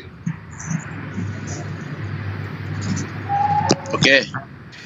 Ya, saya tunggu sampai ulang tahun ya. Berarti Janganlah Ustadz, kita masih Sampai ulang tahun. Berarti rasul-rasul yang lain tidak boleh saya jelaskan, tapi khusus Paulus ya. Mohon maaf ya. Fokus Paulus dulu. Kan surat Paulus banyak mendominasi tuh di perjanjian baru tuh. Saya pengen lihat ada Paulus berkata aku berdoa kepada Yesus atau aku bersujud kepada Yesus atau beribadah kepada Yesus. Satu ayat aja. Oke, kalau untuk ayat yang Anda minta bahwasan di dalam surat Paulus mengatakan bahwasan Paulus bersujud kepada Yesus dan berdoa dan meminta segala sesuatu dalam nama Yesus, saya katakan saya belum menemukan itu. Tetapi para rasul yang lain ada. Dur. Gak ada ya. Lalu permasalahan dengan ketuhanan Yesus apa? santai itu kan baru mukaddimah kan. Pelan-pelan Ustadz media masih jam 11. pelan-pelan Pak Sopir. Lalu apa hubungan dengan ketuhanan Yesus? Iya, gini. Berarti kan santai itu baru mukaddimah itu. Gini lah. Kalau gitu berarti ya gak ada satu ayat aja ya para rasul yang lain mengabdi kepada Yesus. Kan Anda tadi mengatakan gini ya Mas Memembos ya, bahwa ketika berbicara Yesus berarti berbicara para rasul secara umum. Nah, saya minta karena surat Paulus ini yang sangat mendominasi dalam perjanjian baru, saya minta satu ayat, ternyata tidak ada ayatnya. Nah, kalau tidak ada ayatnya, sekarang saya tanya, pengabdian, berdoa, bersujud, beribadah kepada Yesus itu diajari siapa? Maksudnya Paulus tidak pernah mengajarkan, murid Yesus tidak pernah mengajarkan. Lalu kenapa Mas Memebos bersujud menyembah pada Yesus, Mas Memebos? Oke, saya jawab. Ini sebenarnya pertanyaan paling gampang untuk saya jawab ya. Dari semua pertanyaan paling gampang ini. Jadi begini saya katakan kepada saudaraku, Ustadz Waifi, bahwasan saya sudah menegaskan tadi bahwasan jika memang Paulus tidak berdoa dan meminta segala sesuatu dalam nama Yesus, lalu doanya itu terkonfirmasi di dalam surat-surat Paulus, saya katakan itu tidak menjadi persoalan bagi umat Kristen. Yang menjadi persoalan bagi umat Kristen adalah ketika kami tidak akan berdoa dan meminta segala sesuatu dalam nama Yesus, itu akan menjadi persoalan karena kami diperintahkan oleh Yesus bahwasan pada saatnya nanti kamu akan berdoa dan meminta segala sesuatu dalam namaku. Ini perintah Yesus. Jadi kalau memang Paulus tidak berdoa dan bersujud kepada Yesus, itu tidak menjadi persoalan. Lalu Anda mengatakan begini, karena memang surat-surat Paulus paling banyak. Iya, karena memang tugasnya Paulus itu di Kisah Rasul pasal 9 itu, Kisah para Rasul ayat 9 itu, bahwasan Paulus itu akan dijadikan alat oleh Yesus untuk memberitakan nama Yesus kepada bangsa-bangsa lain. Artinya seluruh bangsa di muka bumi itu akan mendengarkan Yesus itu harus melalui Paulus. Nah, buktinya Paulus tidak pernah tuh ngajari berdoa kepada Yesus. Paulus tidak pernah ngajari bersujud untuk Yesus. Dan Paulus tidak pernah mengajari beravoda, abada, ya, avada, kalau dalam bahasa Ibrani-nya itu kepada Yesus tidak pernah gitu. Kenapa kok tidak pernah? Itu harus Anda cermati, Mas Meme Bos. Di dalam Islam, Mas Meme Bos, kita juga beribadah, berdoa atas nama Nabi Muhammad itu ada. Itu sebagai wasilah. Contoh ya, saya kasih contoh nih. Dulu ada sahabat Rasulullah ini borir, dia buta, matanya buta, lalu datang kepada Rasulullah. Ya Rasulullah, doakan saya agar saya sembuh dari kebutaan. Lalu Rasulullah mengatakan kepada dia, kamu buta lebih baik daripada bisa melihat. Tetapi sahabat Rasulullah ini mengatakan, tidak ya Rasulullah, saya ingin bisa melihat. Lalu apa kata Rasulullah? I'til mibat fasolli rok'atain ahsin wudu'aka. Kamu datang ke tempat wudu, kamu sholat 2 rakaat, kamu perbaiki wudu kamu. Fada'ullaha. Lalu kamu berdoalah kepada Allah, kata Rasulullah. Ini hadis sahih, diriwayatkan dari Uthman bin Hunayf. Nah, apa doa yang diajarkan Rasulullah? Kata Rasulullah, Allahumma inni as'aluka wa atawajjahu ilaika binabiyyika Muhammadin nabiyyir rahmah. Ya Rasulullah, ya Habiballah, ya Nabiyallah, inni tawajjahtu bika ila rabbina fi hajatina. Jadi ketika sahabat ini disuruh berdoa oleh Rasulullah, disuruh memanggil nama Rasulullah dalam nama atau atas nama Rasulullah, yang Rasulullah dijadikan sebagai wasilah untuk mengabulkan doa dia kepada Allah, karena orang ini yakin bahwa Rasulullah adalah orang terdekat Allah, orang yang sangat dekat, yang dicintai oleh Allah. Nah, praktek seperti itu memang ada di dalam Islam, tidak menyebabkan Rasulullah itu harus disembah. Karena kata Rasulullah, la tatruni kama atortan nasara ibnu Maryam. Janganlah kalian meninggikan aku sebagaimana orang Nasrani meninggikan putra Maryam, yaitu Isa. Sehingga maksud Yesus berdoa atas nama dia, itu dia dijadikan wasilah, Mas Meme Bos, bukan dia disembah. Makanya Paulus dari surat pertama sampai surat terakhir tidak pernah mengajari dia berdoa langsung kepada Yesus, melainkan kepada Bapa Allah yang di surga. Dan Yesus diyakini bahwa dia adalah orang yang diutus dan orang yang dekat dengan Allah, sehingga ketika kita berdoa menggunakan wasilah nama Yesus, itu lebih cepat terkabul daripada tanpa wasilah gitu, Mas Meme Bos. Paham nggak? Oke, saya jawab ya, memang kepanjangan, tetapi memang itu Nggak sangat paham. akurat yang dijelaskan Ustadz Wahid itu sangat akurat, tetapi Anda akan kalah dengan paparan saya. Oke, baik, saya akan lanjutkan paparan saya. Idi, mantap. Jangan Udah lupa akurat, teman-teman tadi kalah. kasih koin beliau biar semangat. Koin ya, kalau koin Iya. ada, aku kasih tahu buat kalian di bawah. Kalau koin nggak ada, aku turun ya. Oke, saya Iya. lanjut. Ntar nanti Jadi dikasih paparan Ustadz sepotong. Wahid ini sangat bagus sekali beliau. Oke, jadi paparan Ustadz Wahid ini sangat bagus sekali ya. Beliau mengkomparasikan di dalam Alkitab dengan hadis. Dia mengatakan bahwa di dalam ajaran Islam juga bahwasan Muhammad menuntut kami untuk berdoa dan meminta segala sesuatu dalam nama Muhammad. Iya. Tetapi dalam hadis tersebut tidak menjelaskan bahwasan Muhammad bisa mengabulkan doa. Di dalam ajaran Islam ataupun di dalam hadis menjelaskan bahwasan kalian menjadikan nama Muhammad untuk berdoa, tetapi tujuan kalian kepada Tuhan. Yang bisa mengabulkan doa itu Allah Subhanahu wa taala, bukan Muhammad. Tetapi Yesus berbeda dengan Muhammad. Yesus menegaskan kepada murid-muridnya di Yohanes 16 ayat 26, pada saatnya nanti kamu berdoa dan meminta segala sesuatu dalam namaku. Ketika kamu sudah berdoa dan meminta segala sesuatu dalam namaku, apakah Bapa akan mengabulkan? No. Yang mengabulkan di sini siapa? Jawabannya itu ada di Yohanes 14 ayat 14. Jikalau kamu berdoa dan meminta segala sesuatu dalam namaku, aku akan melakukannya. Oke, gini Mas Meme Bos. Mas Meme Bos jangan ketawa dulu, santai. Sabar Ustaz Wafi. Kalau sama Meme Bos sabar. Memang pantasnya lawan Meme Bos ini harus kalian 5 orang. Kalau 1 orang nggak akan mampu. Saya lanjutkan dulu ya. Gaya kau. Saya peringatkan sekali lagi buat penonton, kalau tidak ada poin saya akan turun ya. Orang sombong itu memang lawak-lawakan saja. Ya, lanjut Bang, Bos. Bang Andi sudah mulai nih Bang Andi ini. Ya, Lanjut dulu, jadi begini. fokus. Ya, saya lanjutkan dulu ya. Jadi Anda mengatakan begini bahwasan Paulus tidak pernah bersujud kepada Yesus dan berdoa kepada Yesus. Paulus itu berdoa dan bersujud kepada Bapa, sama saja dia berdoa kepada Yesus. Itu tidak ada masalah. Karena Tuhan yang kami imani adalah Tuhan Tritunggal, yaitu Allah Esa tetapi mempunyai 3 pribadi. Saya menganalogikan. Meme Bos. Jangan bohong lah, yang 16-nya dibaca juga lah Meme Bos. Bohong banget.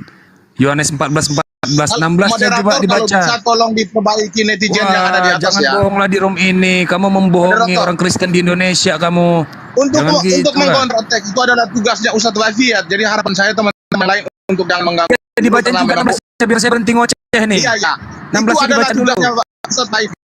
Udah biar saya berhenti ngoceh, baca 16-nya biar semua orang tahu kamu berdusta.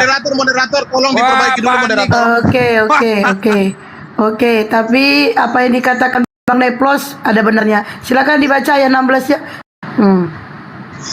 Nanti saya akan bacakan sebenarnya. Bacakan aja biar tidak ada dosa. Orang dua aja tertawa sedikit aja pun kalian sudah cekak lehernya. Kenapa sih? Moderator harus adil di sini, harus berlaku adil. Jadi begini. Ya saya udah adil loh, Meme. Orang baru tertawa Meme kan saya adil, Meme. Tugas untuk mengcounter attack di sini adalah Ustadz Wafi. Jadi jangan pernah baru aja tertawa sedikit udah di kantor kayak mana teman-teman gini. Jangan menganggap remeh ilmu Ustadz Wafi dong. Kalau menganggap remeh seperti ini kan tidak baik. Oke. Berarti gini. Berarti gini, Ustadz Wafi. Berarti Ustadz Wafi tolong katakan kepada Meme dibacakan ayat 16-nya. Silakan Ustadz Wafi. Kali lah nasibmu saudaraku Meme. Ya Allah ya Karim. Saya belum selesai. Ya lanjut. Jadi peringatilah kaum-kaummu ini moderator, kaum-kaum penghalang ketika saya memberitakan firman Tuhan kepada orang-orang bebal ya. Jadi tolong untuk Ya diperhatikan. kau salah satunya bebal. Ya oke, nggak masalah. Intinya saya selamat. Meme, apa sih salahnya kan permintaan lu? Bible lo baca, kenapa lo takut baca Bible? Bang Handi, jangan disiksa bang. Kalau debaters musuh, kalau udah kewalahan menghadapi Meme Bos, Jangan disiksa. Jangan disiksa. Kebiasaan memang. Ya silakan lanjut. Kalau Ustadz Wafi kalau udah kewalahan, mereka udah mulai nyerang untuk mengalihkan Barang. Beliau masih diam dari tadi loh. Lanjut. Iya tapi lanjut dari udah lanjut lah Meme. Ya Allah, udah ngomong aja kok cepetan. Jangan melihat ketika saya mendominan di sini lalu Anda mencoba untuk mengalihkan perhatian saya. Mantap. Saya tahu. Jangan pula nanti hanya cari alasan untuk kabur. Udah lanjut. Baca juga 16-nya tuh. Koin teman-teman, jangan lupa koin. Kasih ke beliau biar semangat. Ini peringatan terakhir buat netizen, kalau koin belum juga naik, Meme Bos turun. Oke, turun aja ya. kok, memang kau tukang kabur. lanjut. Oke, saya lanjutkan. Jadi Ustadz Wafi mempersoalkan kenapa sih Paulus tidak berdoa dan meminta segala sesuatu dalam nama Yesus. Bagi para rasul itu ketika mereka berdoa kepada Bapa sama saja mereka menyembah kepada Yesus. Karena Yesus dan Bapa adalah satu, maka Yesus mempertegas bahwasan aku dan Bapakku adalah satu. Boleh kita beranalogi di sini? Boleh. Kita menganalogikan matahari ya. Udah 200 itu, udah 200 koin kau baca 16-nya. Udah 200, cepat baca. Udah 200. Naik. Baca. Bener. Ancamanku menjadi kenyataan. Bener-bener naik. Ya, tambah semangat ya. Jangan diganggu. Udah Ustadz Wafi dulu biar aku jangan diganggu, silakan. Oke, gini Mas Meme Bos. Mohon maaf Ustadz Wifi, mohon maaf Mbak Ustadz Wifi, tolong bilang sama dia bacakan ayat 16-nya. Itu tugas saya Ustaz Wafi, itu bukan saya. Ya, setelah ini Ya udah ya. ini aku udah bilang nih. Ya, jadi gini Mas Meme Bos ya. Ternyata Mas Meme Bos tidak bisa membuktikan kepada saya bahwa ada satu ayat yang menjelaskan bahwa Paulus berdoa, bersujud, menyembah atas nama Yesus. Ternyata tidak ada. Nah, kenapa? Berarti kan kesimpulannya Mas Meme Bos lebih pintar daripada Paulus, lebih hebat daripada Paulus, karena tidak mengikuti ajaran orang-orang terbaik setelah Yesus. Kalau saya sebagai orang Islam meyakini para sahabat adalah umat terbaik setelah Rasulullah wafat, maka seharusnya setelah Yesus wafat atau terangkat, dia ya orang terbaik di zamannya adalah orang-orang setelahnya. Dan ternyata contoh berdoa, menyembah, dan bersujud atas nama Yesus tidak pernah dipraktekkan oleh Paulus. Sehingga ketika Meme Bos berdalih kalau sama saja atas nama Yesus sama saja, padahal tidak ada prakteknya, itu sudah mulai sebuah tafsiran, kan begitu.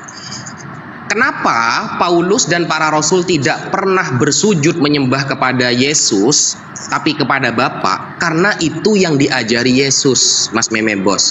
Yang diajari Yesus dalam Lukas 11 nomor 2. Jawab Yesus kepada mereka, apabila kamu berdoa, kata Yesus, katakanlah, Bapa, dikuduskanlah namamu, datanglah kerajaanmu. Nah, sedangkan pemahaman Yohanes 16 nomor 26 yang dikatakan pada hari itu kamu akan berdoa dalam namaku dan tidak aku katakan kepadamu bahwa aku meminta bagimu kepada Bapa, ini dipahami sebagai wasilah, Mas Meme Bos. Wasilah berdoa agar lekas dikabulkan oleh Bapa menggunakan nabinya.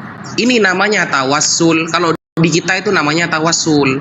Dan praktek itu terjadi di dalam hadis-hadis Nabi Muhammad SAW. Tapi tawassul ini bukan merupakan kewajiban, sehingga Yesus sendiri mengajarkan dalam Lukas 11 nomor 2 bahwa kalau mau berdoa katakanlah Bapa, dikuduskanlah namamu, datanglah kerajaanmu. Jadi Yesus mengajari cara berdoa gitu loh, mengajari cara menyembah, mengajari cara bersujud kepada siapa? Kepada Bapa. Gitu Mas Meme Bos. Sehingga kalau tidak pernah diajari sama Yesus, jangan dilakukan. Buktinya Paulus loh tidak pernah melakukan. Gimana sih? Dan tadi ya permintaan dari teman-teman ayat 16-nya dibaca. Monggo Mas Meme Bos. Oke, terima kasih. Saya mungkin mengutip kembali ayat Yohanes 16:26 ya. Tolong didengar baik-baik buat netizen yang bawa, karena memang dialog pada siang hari ini memang Yohanes sangat 14:14 kok Yohanes 16:26. ya santai saya akan jawab. Jadi buat netizen yang di bawah, tolong pasang kuping baik-baik bahwasan Meme Bos adalah debater sandal yang sudah menggulingkan seluruh debater ya. Jadi apa kamu? Ya. Oke, saya lanjutkan ya. Biar dia hibur diri nggak apa-apa. Lanjut. Promosinya banyak banget. Oke, saya lanjutkan. Jadi saya akan mengutip lagi di Yohanes 16:26, tetapi saya tidak akan membaca hanya 26 saja, tetapi saya akan mengikuti alur yang sudah didulukan oleh Ustadz Wafi, bahwasan beliau juga mengutip di 27-nya ya. Oke, saya bacakan ya. Kita di sini akan melihat secara detail apakah sasaran doa di sini kepada Bapa atau kepada Yesus. Kita akan lihat ya. Pada hari itu kamu akan berdoa dalam namaku dan tidak aku katakan kepadamu bahwa aku meminta bagimu kepada Bapa. Saya ulang sekali lagi ya. Pada hari itu kamu akan berdoa dalam namaku dan tidak aku katakan kepadamu bahwa aku meminta bagimu pada Bapa. Artinya di sini nama Yesus tidak dijadikan sebagai perantara, tetapi dijadikan sebagai sasaran doa ataupun sasaran permohonan. Karena dia mengatakan begini, bahwasan semua permohonanmu ini tidak aku sampaikan kepada Bapa. Dia tidak akan lagi menyampaikan kepada Bapa segala permohonanmu ini. Lalu kalau segala permohonan kamu ini tidak disampaikan Yesus kepada Bapa, lalu siapa yang akan mengabulkan? Yesus sendiri yang akan mengabulkan. Di Yohanes 14 ayat 14, jikalau kamu berdoa dan meminta segala sesuatu dalam namaku, aku akan melakukannya. Melakukan apa di sini? Melakukan artinya 16-nya baca. 16-nya mana? 16-nya. 16-nya. Kita berbicara. Oke, sekarang kita berbicara tentang 16, di sini berbicara tentang konteks yang berbeda. Saya akan bacakan buat kalian ya. Kalau sama Meme Bos ini jangan main-main. Meme Bos ini akan mematahkan semua argumen-argumen kalian ini. Karena memang debater sandal, masa mau dilawan. Oke, kita akan lanjutkan ya. Jangan pernah untuk menantang Meme Bos. Ini satu peringatan yang berat bahwa jangan pernah menantang Meme Bos, karena Meme Bos ini memang sangat berbahaya ya. Nah, banyak gaya kok Cepala ngomong ah. Oke, kita buka Yohanes 14 ayat 16. Di sini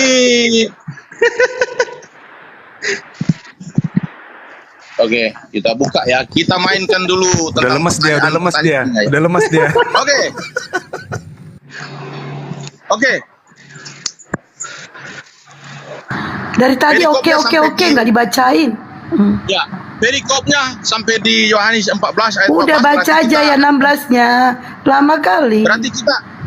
Berarti kita akan menuju ke perikop berikutnya. Perikop berikutnya ini adalah Yesus menjanjikan penghibur. Oke, kita akan bacakan dari 15 sampai 16 sampai 17 ya.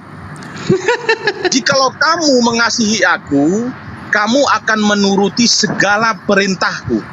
Artinya jikalau kamu cinta terhadap Yesus, menyayangi Yesus, maka kamu harus 15, 16. Jangan menipu-nipu. Bentar bro, giliran saya untuk menjelaskan. Sabar Neflon, jangan panik 14, 15, 16. Iya, santai sabar. Jikalau kamu mengasihi aku, kamu akan menuruti segala perintahku. Aku akan meminta kepada Bapa dan Ia akan memberikan kepadamu seorang penolong yang lain. Di sini konteksnya ini. Yang beri siapa, Bapak atau Yesus? Bro, bentar bro. Wah, nipu ini. Bro, Yesus di sini, dengar dulu. Yesus ini berjanji kepada murid-muridnya bahwasan Dia akan meminta kepada Bapaknya untuk memberikan roh penghibur kepada mereka. Di sini tidak dalam konteks untuk mengabulkan doa, bro.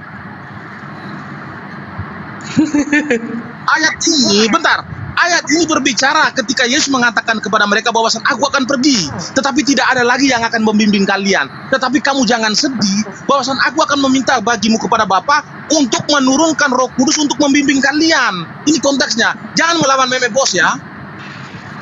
Penipu. Oke. Sekarang saya akan balik bertanya kepada Ustadz Wafi. Saya akan bertanya kepada Ustadz Wafi, siap untuk menjawab ya? Ntar dulu. Sebenarnya lu ngomong apa sih? Kok nggak ngerti lu ngomong apa ya? Mulai ini moderator. Kalau udah panik pasti kayak gini moderator. Memang dibutuhkan ilmu tenaga dalam untuk paham, Bang Hadi. Hanya saya yang bisa paham, hanya saya. Oh gitu. Sorry. Lain nggak ada yang. Iya. Oke, saya akan bertanya kepada Ustadz Naja ya, Ustadz Wafi ya. Oke, pertanyaan saya begini. Di dalam Yohanes 14 ayat 14 mengkonfirmasikan bahwasan Yesus bisa mengabulkan permohonan-permohonan manusia. Pertanyaan saya kepada Ustadz Wafi, tunjukkan di dalam Alkitab, yaitu mulai dari Kejadian sampai Wahyu, bahwasan ada seorang nabi bisa mengabulkan permohonan manusia ataupun bisa mengabulkan doa-doa manusia. Silakan. Ini berarti konteksnya Kristen nanya ke Islam tentang Bible ya? Bukan. Di sini kita akan menguji apakah benar-benar Yesus Tuhan atau bukan. Silakan. Sekarang kebalik ini. Kamu yang tak kira nanya Al-Quran sama hadis, ternyata nanya Bible ke orang Islam ya. Oke. Nggak apa-apa. Gini bro. Kalau Anda mengatakan bahwa Yesus yang mengabulkan doa itu, kalau konteksnya atas nama Yesus, itu benar. Maksudnya benar itu bagaimana? Dia sebagai wasilah, dia sebagai utusan Allah, dia sebagai penyampai firman Allah, dan lain sebagainya. Maka dialah yang tahu bagaimana maksud Allah. Makanya Yesus kan dalam Yohanes 12 nomor 50, dia tidak akan berkata-kata sebelum ada instruksi dari Bapa Allah.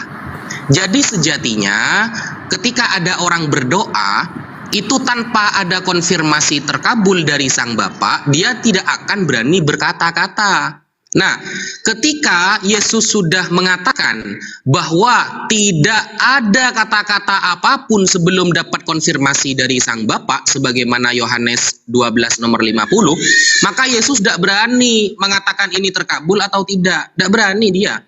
Kenapa? Karena di dalam Yohanes 8 nomor 54, Yesus sudah mengatakan bahwa segala kemuliaan yang ada pada dirinya bukan muncul dari dirinya sendiri, melainkan Bapa Allah lah yang memuliakan dirinya. Ini segala kemuliaan ya, kalimatnya menggunakan segala. Kalau menggunakan kata segala, berarti dari Yesus menghidupkan orang mati, dia bisa mengabulkan doa orang atas nama dia sebagai tawasul ya. Kemudian dia melakukan mukjizat-mukjizat. Itu kan kemuliaan nih, kemuliaannya Yesus. Nah, Yesus mengkonfirmasi dalam Yohanes 8 nomor 54. Dengan tinta merah di sana Yesus mengatakan segala kemuliaan yang aku miliki bukan dari diriku sendiri, tapi Bapaklah yang memuliakan aku. Sebagaimana kamu berkata, dia adalah Allah kami, kata Yesus. Ingat kata Yesus, dia adalah Allah kami. Jadi Yesus mengakui bahwa dia memiliki Allah, dan mengakui orang lain juga berallah seperti Allah yang disembah oleh Yesus. Dan kemuliaan yang ada pada diri Yesus itu munculnya dari Sang Allah ini. Sehingga tidak bisa dikatakan bahwa mana buktinya para nabi yang bisa mengabulkan doa. Tidak bisa, karena konteks setiap nabi itu memiliki mukjizat masing-masing. Kalau saya balik pertanyaannya kepada Anda, Mas Meme Bos, buktikan nabi siapa yang bisa membelah lautan? Maka jawabannya hanya Musa. Tidak ada selain Musa yang bisa melakukan hal tersebut. Lalu apakah lantas Musa kita sembah? Tidak juga. Karena dia memiliki mukjizat khusus yang diberikan Allah kepada dia. Kalau saya katakan seumpama, buktikan kepada saya, nabi siapa yang bisa melakukan ini? Ya jawabannya tidak ada, kecuali nabi yang memang saat itu diberikan mukjizat oleh Tuhan. Nah, pernyataan seperti itu berarti bermuara kepada suatu kemuliaan yang dimiliki oleh seorang utusan tersebut. Makanya dalam Yohanes 3 nomor 34 dikatakan kan bahwa setiap orang yang diutus Allah, dialah yang menyampaikan firman Allah, dan dia akan dikaruniai roh Allah yang tidak terbatas. Nah, ini namanya mukjizat. Mukjizat itu apa? Mukjizat adalah amrun khariqun lil 'adah, al-mu'jiz lil bashar. Jadi perkara istimewa yang jarang dilakukan oleh orang pada umumnya dan dapat mengalahkan musuh, orang yang melemahkan, yang akan membantah firman-Nya. Dan itu terjadi di semua nabi. Kalau saya katakan ya, Yesus kan Tuhan tuh. Anda katakan Tuhan. Pernah nggak, contoh ini ya, pernah nggak Yesus melakukan seperti yang dilakukan Nabi Musa, membelah lautan contohnya? Atau tongkat yang dijadikan sebagai ular? Kan tidak pernah juga. Lalu apakah Musa langsung statusnya menjadi Allah? Kan tidak gitu loh. Jadi ini yang harus Anda pahami, Mas Meme Bos, bahwa kemuliaan setiap nabi itu bukan muncul dari dirinya, melainkan dari Bapa Allah lah yang memuliakannya. Sesuai pengakuan Yesus dalam Yohanes 8 nomor 54. Sekian, terima kasih. Oke, terima kasih paparan Ustadz Wafi. Saya hanya ingin mengatakan kepada Anda bahwasan ketika Anda mengkomparasikan sifat Tuhan dengan mujizat itu berbeda. Musa melakukan membelah laut itu adalah mujizat. Menghapus dosa orang, mengabulkan permohonan manusia itu adalah sifat Tuhan. Jangan mengkomparasikan sifat Tuhan dengan mujizat, ini tidak nyambung. Anda harus tahu bahwasan manusia tidak akan bisa mengabulkan permohonan manusia, tetapi yang bisa itu hanyalah Tuhan. Tetapi Yesus di sini bisa melakukan itu, dia bisa mengabulkan permohonan orang, berarti dia adalah Tuhan. Ini adalah sifat Tuhan yang ada di dalam diri Yesus. Tidak ada sifat Tuhan yang ada di dalam diri Musa ataupun nabi-nabi yang lain yang bisa mengabulkan permohonan manusia ataupun doa orang. Jadi jangan pernah mengkomparasikan antara sifat Tuhan dengan mukjizat yang diberikan Tuhan kepada nabi-nabinya. Anda sangat keliru di sini, melenceng jauh. Jangan pernah untuk menantang Meme Bos untuk berdebat. Saya sudah katakan dari tadi, kalau mau berdebat sportif dengan Meme Bos, satu orang tidak cukup, harus 5 orang untuk menghadapi saya. Anda mengatakan bahwasan nama Yesus itu hanya dijadikan sebagai perantara karena Anda mengutip Yohanes 16:26. Saya sudah katakan tadi, ketika saya baca di ayat 27-nya, Yesus sudah mengatakan bahwasan saya tidak akan minta bagimu kepada Bapa. Artinya segala permohonan kamu ini tertuju kepada saya. Saya tidak akan menjadi perantara di sini untuk menyampaikan permohonan kamu ini kepada Tuhan. Tidak. Tetapi saya yang akan mengabulkan. Ayatnya mana? Yohanes 14:14. Kenapa saya bertanya kepada kamu bahwasan tunjukkan ayat di dalam Alkitab nabi-nabi bisa mengabulkan doa orang. Kamu mengatakan tidak ada. Karena mereka bukan aku ngantuk ya. Karena mereka bukan Tuhan sehingga mereka tidak bisa mengabulkan doa-doa orang. Tetapi Yesus bisa melakukan itu karena Dia adalah Tuhan. Karena Dia adalah Tuhan yang turun dari surga untuk menyelamatkan umat manusia di dunia sehingga Dia bisa mengabulkan. Ya nggak usah panjang-panjang juga lah, Meme. Ini memang benar-benar menyakitkan. Ya nggak usah panjang-panjang. Gue mau khotbah, gue mau diskusi. Kalian sakit. Kalian akan panik di sini, sakit kalian pasti. Mengaku saja. Enggak, aman. Gini Mas Meme Bos. Bentar, belum selesai. Okay. Belum selesai satu habis. Sabar. Jangan sakit. Kalau Meme Bos jangan sakit kalian. Oke, saya lanjutkan ya. Jedor kamu setelah ini. Ingat ya, jedor kamu setelah ini. Iya. Oke, saya lanjutkan ya. Jangan dipotong ya, jangan dipotong. Jangan mengalihkan pemikiran saya untuk menyampaikan sebuah narasi. Meme Bos adalah ahli kitab, jadi jangan pernah melawan. Berapa hari lagi? Jangan gitu dong. Sakit memang Neblo sakit kau Neblo Sabua. Awas ya. Jedor kamu setelah ini. Satu akan buat sakit kalian. Kok sakit?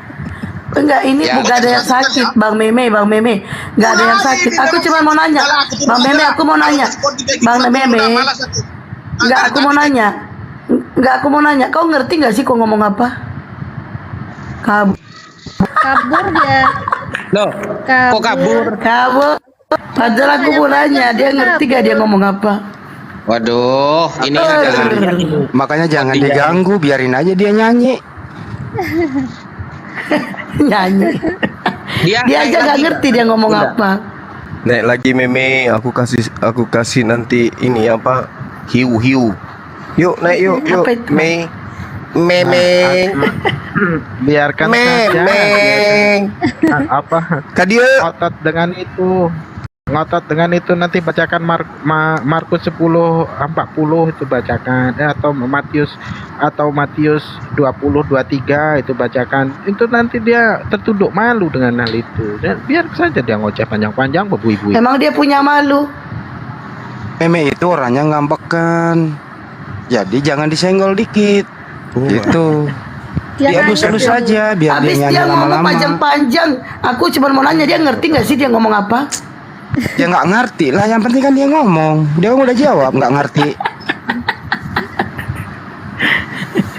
Gua kalau teleponan aja, Mei. Ini ya contohnya ya. Kita ada Johan, kenapa? Bicara. Boleh. Silakan. Oke.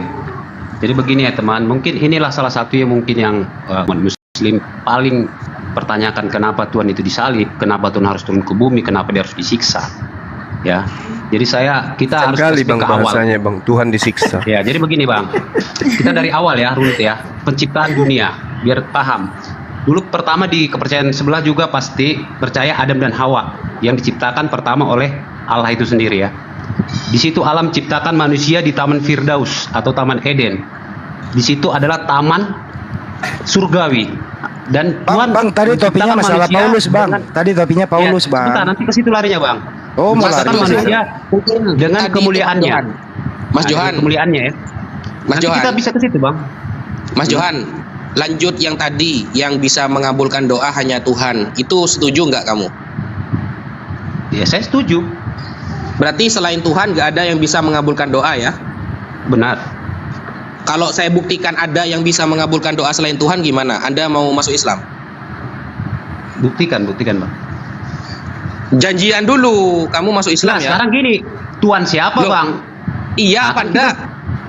Ya, sekarang kenapa bilang Tuhan? Tuhan dalam konsep kepercayaan siapa?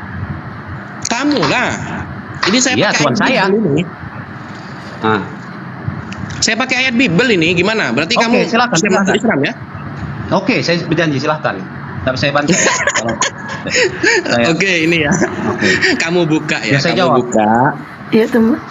Yesaya 6, buka Yesaya 6 nomor 6 dan 7. Di sana dikatakan, tetapi seorang daripada Sefarim itu terbang mendapatkan aku, di tangannya ada bara yang diambilnya dengan sepit dari atas mezbah. Ia menyentuhkannya kepada mulutku serta berkata, lihat, ini telah menyentuh bibirmu, maka kesalahanmu telah dihapus dan dosamu telah diampuni. Sefarim juga bisa menghapus menghapus kesalahan dan dosa. Tadi Memebos mengatakan yang bisa menghapus dosa hanya Tuhan. Ternyata Sefarim di sini juga bisa. Nah, ayat ini menunjukkan di dalam Bible tercatat bukan hanya Tuhan yang bisa menghapus kesalahan dan dosa. Nah, sekarang ayo asyhadu. Serafim Bang, bukan Sefarim. Ya, Sefarim. Serafim, ya. Coba sekarang asyhadu. Konteksnya Serafim itu abang tahu siapa Serafim itu? Gini. Dindan aja, bukan Serafim yang mengampuni dosa, batu bara. Enggak, Serafim itu abang tahu nggak? Serafim itu apa? Batu bara yang disentuh oleh mulutnya, dicium, maka seketika ini masih belum apa-apa ini. Serafim itu abang harus mengerti siapa Serafim itu, jangan asal. Doa kan artinya permohonan. Nah, raja juga bisa mengabulkan permohonan hambanya, Serafim. Ya, sekarang masuk Islam ya. Enggak, Serafim itu siapa Bang? Abang harus paham dulu bertanya buat pernyataan, tapi abang nggak tahu siapa Serafim. Oke teman-teman ya Kristen yang berdiskusi silakan nanya. Serafim itu Kristen, makhluk gaib, malaikat. Terus yang menghapuskan dosa di sini batu. Tugasnya apa? Batu bara di sini yang menghapuskan dosa itu batu bara. Malaikat itu adalah penyampai. Bukan malaikatnya. Saudaraku.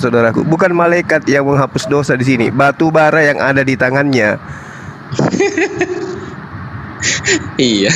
Konsepnya malaikat adalah pesuruh Allah. Jadi apa yang diucapkan malaikat adalah suruhan Allah, perkataan Allah. Jadi abang harus paham. Ya, sama seperti Yesus. Apa yang Yesus itu Tuhan? Dari mana? Coba aspek apa yang bisa dijadikan alasan menuhankan Yesus? Aspek mana? Yuk, abang boleh jawab ini di Yohanes ya. Abang bisa bantah atau pasti bisa. Yesus yang bantai itu bukan aku. Ya, coba mana? Yohanes berapa? Oke, saya buka ya. Ya. Ini Yohanes 4 ayat 16. Yohanes Aku dah jalan kebenaran dan hidup, tidak ada Yohanes 4 di situ coba Anda baca. Ada nggak rangkaian? Yohanes 4 ayat 16. Akulah jalan dan kebenaran dan hidup. Tidak ada seorang pun yang datang kepada Bapa kalau tidak melalui aku. Nah, Yesus ini Bapa atau hanya jalan menuju Bapa? Enggak, abang coba jawab. Ya, Yesus ini jalan atau dia Bapa? Jalan kebenaran dan hidup. Menuju? Tidak ada yang sampai kepada Bapa kalau tidak melalui aku. Menuju kepada siapa? Bapa. Siapa Bapa itu? Tuhan. Pencipta, sang pencipta. Bapa itu sang pencipta. Iya, Yesus tidak dia. Yesus. Di mana dalilnya? Aku adalah Bapa. Dalilnya udah dibilang dari tadi. Yohanes juga ada dibilang disebutkan tadi, apa ada dalam Bapa dan Bapa ada dalam aku. Jadi apa lagi, Bang? Apa bedanya dengan murid-muridnya? Apa? Barang siapa yang melihat Bapa melihat aku. Jadi apa lagi, tadi, Bang? Tadi kan sudah kujelaskan di awal tadi. Barang siapa yang melihat aku, itu bukan berarti melihat Bapa. Jadi sekarang siapa yang membunuh aku, dia membunuh Bapa, gitu? Memang benar, menyalibkan Bapa Allah. Buset. Wih, mati Mija. Jadi alam semesta ini, dengarkan, berarti alam semesta ini pernah kehilangan Tuhan. Nah, itulah pemikiran kalian yang menjengkali keilahian Tuhan, kemahakuasaan jadi pemikiran? Cukup jadi saya yang menjengkali. Sekarang begini. Siapa yang membunuh Yesus sama dengan membunuh Bapa, betul? Membunuh ke fisiknya, kemanusiaannya. Aduh, lucu lagi nih, pasti lucu jadi, sekarang lagi. Begini, Bang. Maksudnya gimana? Tunggu. Tuhan itu maha hadir. Maha hadir. Tunggu. Dia bisa berada di tempat manapun dengan bersamaan. Tunggu, sabar. ini tubuhnya Yesus ini tubuh Tuhan atau bukan? 100% manusia. Tubuh Tuhan atau bukan? Seutuhnya manusia. Tubuh Tuhan atau bukan? Seutuhnya tubuh manusia. Tubuh manusia. Yang menjadi tubuh manusia ini siapa? Roh yang ada di dalamnya, roh Allah itu sendiri. Enggak, saya tanya, yang menjadi tubuh manusia ini siapa? Ya abang nanya, abang tadi bilang Yesus itu tubuh manusia. Jadi abang tanya lagi. Iya, saya tanya, yang menjadi tubuh manusia ini siapa? Tuhan atau bukan? Saya udah bilang tubuh itu 100% manusia. Saya tahu tubuh itu 100% manusia, tahu. Tapi sebelum dia menjadi manusia, apakah dia Tuhan? Ya jelas, roh yang ada padanya itu kan roh. Berarti Tuhan. yang menjadi daging ini Tuhan. Kok menjadi daging Tuhan? Abang pertanyaannya udah balik-balik. Tadi bilang itu 100% tubuhnya manusia. Jadi apalagi? Iya, tubuh manusia ini dari Tuhan menjadi manusia atau apa? Apapun yang ada di dunia ini dari Tuhan, Bang. Oke. Bagus. Berarti apa yang ada di dunia? Dengarkan. Iya, benar. Apa yang ada di dunia ini dari Tuhan? Berarti tubuhnya Yesus dari mana? Ya semua itu berasal dari Tuhan. Mampus. Berarti tubuh Yesus dari Tuhan. Segala sesuatu yang ada di jagat raya ini itu Jawab. Jangan meluas dulu. Tubuh Yesus dari Tuhan. Ya, jadi dari mana lagi? Penciptanya Bapa. Oke. Tubuh Yesus dari Tuhan. Berarti tubuh Yesus adalah ciptaan Tuhan. Betul? Iya. Oke, saya terima. Berarti Yesus itu ciptaan. Tapi rohnya yang ada dalam tubuhnya apa? Tunggu. Iya. Semua ciptaan, Bang. Kita nggak berbicara roh. Kita nggak berbicara roh dulu. Tubuh Yesus. Tubuh Yesus itu adalah ciptaan. Jelas, semua itu ciptaan. Oke, Apapun yang ada di jagat baik. ini. Dengarkan. Oke, saya bantu Anda ya. Tubuh Yesus adalah ciptaan. Sekarang di dalam Roma 14 nomor 9, tubuh Yesus dibangkitkan untuk menjadi Tuhan. Betul atau betul? Di ayat mana, Bang? Roma 14:9. Ya. Cepat, di sini sudah mau azan. Ya. Bacakan, Bang. Karena untuk itulah Yesus mati dan bangkit kembali, hidup kembali, supaya Yesus menjadi Tuhan. Tadi tubuh Yesus Anda katakan ciptaan, bukan? Iya. Oke. Untuk itulah tubuh Yesus yang adalah ciptaan mati untuk hidup kembali, supaya tubuh Yesus yang ciptaan menjadi Tuhan. Paham? Jadi Yesus itu adalah ciptaan yang menjadi Tuhan. Betul atau betul? Apanya sekarang? Ya abang harus jelas. Tubuhnya bilang. Nah, kan ini yang dengarkan. Ini yang dihidupkan kembali tubuhnya atau rohnya? Tubuh, abang bilang tadi. Kan apa ya tubuh. Nah, tubuh yang tadi bukan Tuhan tapi adalah ciptaan. Begitu hidup kembali, dia menjadi Tuhan. Tubuh. Nah, jadi tubuh Yesus, dengarkan. Tubuh Yesus yang tadi bukan Tuhan, begitu bangkit dari kematian menjadi Tuhan. Betul? Iya, terus? Berarti Tuhan Anda berasal dari ciptaan. Betul? Apanya sekarang? Tubuhnya? Iya, tubuhnya ya. Tubuhnya, jangan Tuhan. Iya, saya tanya. Tubuh Yesus ketika dia dibangkitkan, dia menjadi Tuhan. Betul? Oke. Berarti Tuhan Anda berasal dari ciptaan. Betul?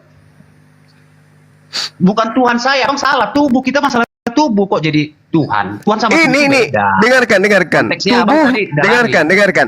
Tubuhnya Yesus adalah ciptaan. Tubuhnya Yesus yang adalah ciptaan tadi begitu dibangkitkan dari kematian, maka tubuhnya Yesus menjadi Tuhan. Jadi yang kami sembah bukan tubuhnya. Abang paham? Tidak bisa karena tubuhnya, dengarkan. Roh Allah.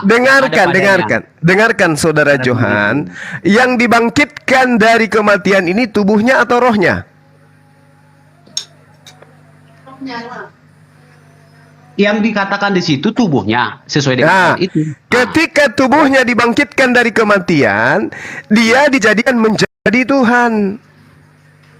Berarti tubuhnya yang bukan Tuhan begitu bangkit menjadi Tuhan. Berarti tubuhnya yang ciptaan ini menjadi Tuhan. Salah, Bang.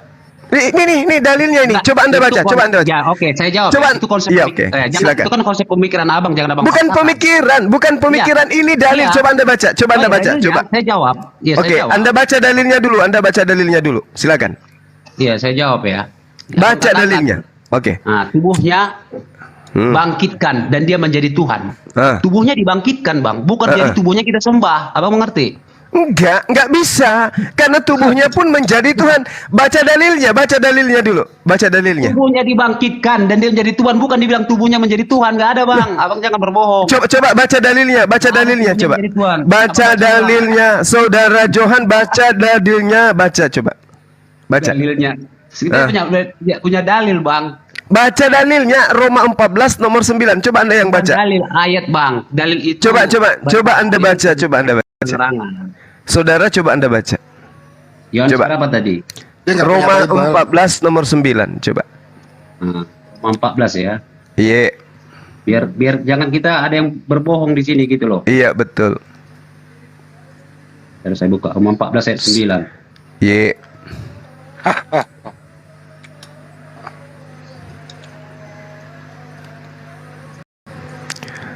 Yang tadinya dalam keadaan apotesneko, mati, mayat dia di sana. Tiba-tiba dia hidup. Dalam bahasa Yunani itu disebut zau. Ketika dia hidup, dia menjadi Tuhan. Ayo disuarakan bacanya, Saudara Johan. Oke ya. Iya. Jangan berfirman dalam hati, bro. Baca. Roma 14 ayat 9. Sebab untuk itulah Kristus telah mati dan hidup kembali supaya menjadi Tuhan, baik atas orang mati maupun atas orang hidup. Di sini tidak ada dikatakan tubuh, Bang. Loh, yang mati apanya tadi? Ya itu Abang udah berbohong. Enggak, yang mati. Dengar. Yang mati apanya? Ya, di situ sudah jelas. Abang Yang mati apanya? Sebab untuk itulah Kristus telah mati dan hidup kembali supaya menjadi Tuhan. Jadi tidak ada tubuh di situ dibahas. Jadi yang mati apanya? Saya tanya, yang mati apanya? Jadi tidak ada konteksnya. Ya, itu Abang bertanya. Yang mati apanya? Saya tanya dulu. Yang mati apa? Yang mati pada diri Yesus itu tubuhnya atau rohnya? Tubuhnya. Yang dibangkitkan apanya? Yang dihidupkan apanya? Yang dihidupkan rohnya, tubuhnya juga. Roh nggak pernah mati. Rohnya itu.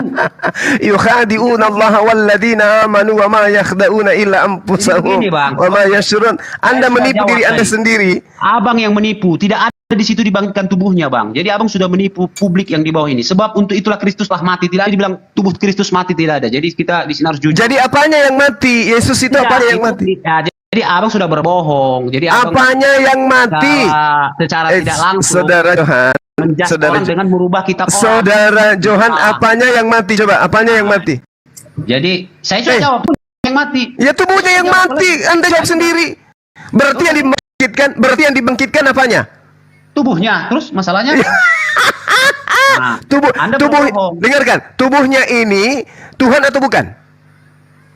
Tubuhnya itu tubuh manusia, Bang. Dari tadi saya jawab. Bukan Tuhan, bukan? Bertanya 100%. Bukan Tuhan kan? Seutuhnya manusia tubuhnya. Bukan Tuhan kan? Terus masalahnya? Bukan Tuhan kan? Oke, terus?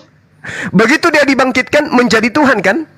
Siapa bilang ada rupa di situ tubuhnya menjadi Tuhan? Tidak ada. Yang dibangkitkan apa? Yang dibangkitkan. Yang dibangkitkan apanya? Iya, Abang nggak boleh bertanya sekarang ayat itu yang rujukan yang Abang berikan. Yang dibangkitkan dari kematian itu, yang dibangkitkan dari kematian itu apanya? Itu salah, Abang, cara menunjukkan saya itu tidak sesuai dengan ayat. Loh, yang dibangkitkan dari kematian ini apanya? Ya, udah 100 kali saya jawab tubuhnya. Jadi apa lagi? Yang dibangkitkan ini yang dijadikan Tuhan. Siapa yang bilang? Ini. Sebab coba, sebab untuk itulah Yesus telah mati dan hidup kembali supaya Dia menjadi Tuhan. Nah, terus masalahnya kita sembah tubuh. Masalah dari ke situ. masalahnya tubuhnya Yesus sekarang ini Tuhan atau bukan? Di mana tuh Yesus? Enggak, saya tanya, tubuhnya Yesus di surga. Ya, tubuhnya yang di surga itu Tuhan atau bukan? Tuhan itu tidak punya tubuh, Bang. Loh, mana tubuhnya Yesus sekarang? Mana Saat tubuhnya? di dunia dia punya tubuh, tapi Iya, sekarang mana tubuhnya Yesus? Mana tubuhnya Yesus yang ciptaan itu, yang ciptaan Jadi tadi saya itu mana? tanya, Abang setelah mati, Abang bawa tubuh Abang. Saya tanya, tubuh Yesus yang ciptaan itu tadinya mana? Itu di bumi dulu, Bang. Saya nggak tahu. Iya, sekarang di surga. Tubuh Yesus yang di surga itu tubuh manusia atau tubuh Tuhan? Dia di surga tidak punya tubuh, dia punya roh. Nah, sekarang tubuh anak Maria mana? Dengan rohnya, Johan, dengan cahayanya. saudara Johan. Tubuh anak Maria itu sekarang mana? Loh, kok Abang tanya? Tanya saya nggak hidup di zaman itu, Bang. Maksudnya? Abang menanya tubuh. Di surga itu tidak ada tubuh. Abang percaya nggak di agama Abang ada tubuh? Nah, sekarang kalau tidak ada tubuh, yang bangkit ini apa? Yang bangkit dari kubur ini apa? Roh saja? Aduh, pertanyaan Abang nggak nyambung ini. Enggak, yang bangkit dari kubur yang ini. bangkit tubuh, terus. Nah, sekarang mana tubuh itu? Mana tubuh itu? Abang berarti dengan secara langsung menanyakan tubuh itu dibawa ke surga gitu? Iya, terus kalau tidak ke surga kemana dia? Tubuh itu kemana? Di surga itu tidak ada tubuh, Bang. Iya, sekarang tubuh Yesus kemana? Ya suka Tuhan, mau taruh di mana itu? Suka-suka Tuhan. Nah, Aduh, inilah. pertanyaan Abang ini kocak. Kocaknya Loh, begini. kok kocak? Ya, Johan, tubuh Johan, itu mana? Loh, Johan, tanya tubuh saya. kemanusiaan Yesus itu sekarang mana? Kuburannya kosong itu, Bro. Jadi tubuh kemanusiaan Yesus yang ciptaan itu kemana? Jadi ini jangan jadi. Tubuh kemanusiaan Yesus sekarang itu kemana? Sudah mati, Bang. Oh, mati. Jadi yang bangkit cuman roh.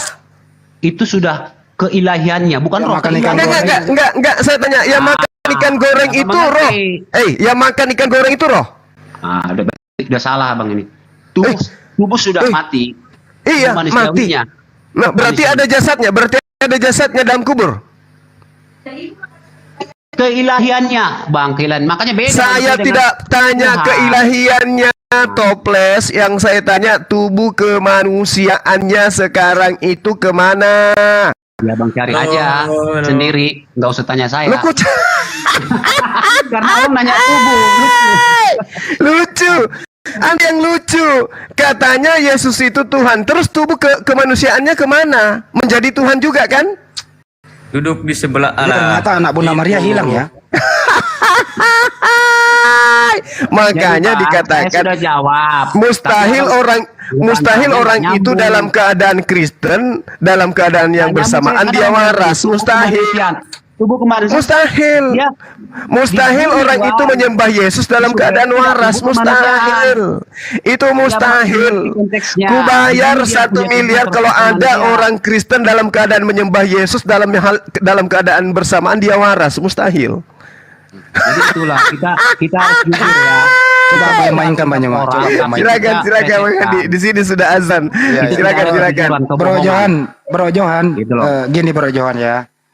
Waktu Yesus itu dibangkitkan, kan gitu. Orang kan melihat dia, murid-murid kan pada kaget tuh ya. Ya ada tubuhnya tuh dilihat, masih ganteng kok, cuman tangannya yang bolong. Betul? Habis itu makan ikan goreng. Masih ada 40 hari di bumi gitu beraktivitas. Ada tubuhnya dia, Bro.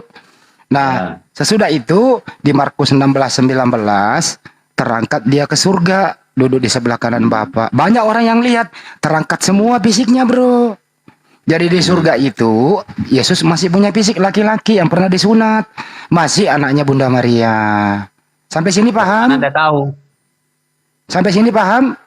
Enggak, oke. Saya mau tanya, di surga itu Anda dari mana tahu itu tubuh fisik yang sama? Ya itu makan ikan goreng. Wah, itu salah. Itu pertanyaan, itu jawaban yang tidak realistis. Jadi dia nggak makan ikan goreng? Kita harus jujur. Dari mana Anda tahu di surga itu dengan tubuh fisik yang sama waktu terangkat? Ya buktinya di kubu buktinya. Anda udah pernah ke surga? Bro, bukan pernah ke surga, tapi Bible mau bercerita dia duduk di sebelah kanan Bapak. Iya, terus abang tahu itu tubuh fisiknya dari bumi dari mana yang di surga itu? Saya kasih lagi data ya. Saya kasih lagi data. Wahyu 19:16. Di jubahnya dan di pahanya tertulis raja segala raja. Dia punya paha, bro, pakai jubah. Itu apa itu? Iya. Ya. Terus Kena lu. itu tubuh fisik yang abang tahu. Oh, berarti punya fisik dong. Nah, itu kan pemikiran abang di surga Nah, itu sama bukan kayak pemikiran saya, lu yang nggak Itu bisa mikir. pemikiran abang dari mana? Ada di Alkitab tidak ada ditulis. Tuhan itu Nah, yang punya pakai tato di fisik. paha apa itu? Bukan Tubuh fisik. fisik. Bukan tubuh Fisik fisik, ya? nggak pernah ada tertulis. Di mana ada tertulis, Bang? Itu kan Wahyu pemikiran manusia. 19:16 coba kamu baca Wahyu 19:16. Ya, baca aja sendiri, abang aja yang baca. Saya kan udah baca tadi. Di jubahnya dan di pahanya tertulis raja segala raja. Berarti dia punya paha. Iya. Nah, itu paha itu fisik Masalahnya atau bukan? Sekarang begini. Dengerin dulu. Paha itu fisik atau bukan? Tidak. Kalau di surga, kalau di bumi ya mungkin. Berarti paha ayam. Di bumi, Bang. Di bumi. Di ya, surga bumi. sekarang udah Saya nggak dilihat. tahu, Bang, karena saya belum pernah ke surga, Bang. Wahyu si Yohanes yang lihat. Lu nggak percaya Yohanes? Saya nggak pernah ke surga, Bang. Itu jawabannya. Saya nggak bilang kamu pernah ke surga, tapi Yohanes yang melihat di Pulau Iya, tapi saya nggak Patmos. tahu di surga itu fisiknya kayak di bumi apa enggak, Bang. Itu. Jadi kau nggak percaya? Saya jujur. Saya jujur. Saya kasih lagi data satu ya. Di Lukas 24. Kamu makan duduk semeja dengan aku. Yang makan itu apa? Roh atau fisik? Ya, di bumi fisik. Berarti Yesus punya fisik makan? Di bumi ya. Di surga ini, budak. Di surga saya nggak tahu, saya udah jawab. Di surga Itu tertulis di Bible-mu di surga kegiatannya Iya, saya belum pernah ke Yesus. surga, Bang. Jadi saya nggak tahu itu. Iya. Jadi kau nggak percaya Bible?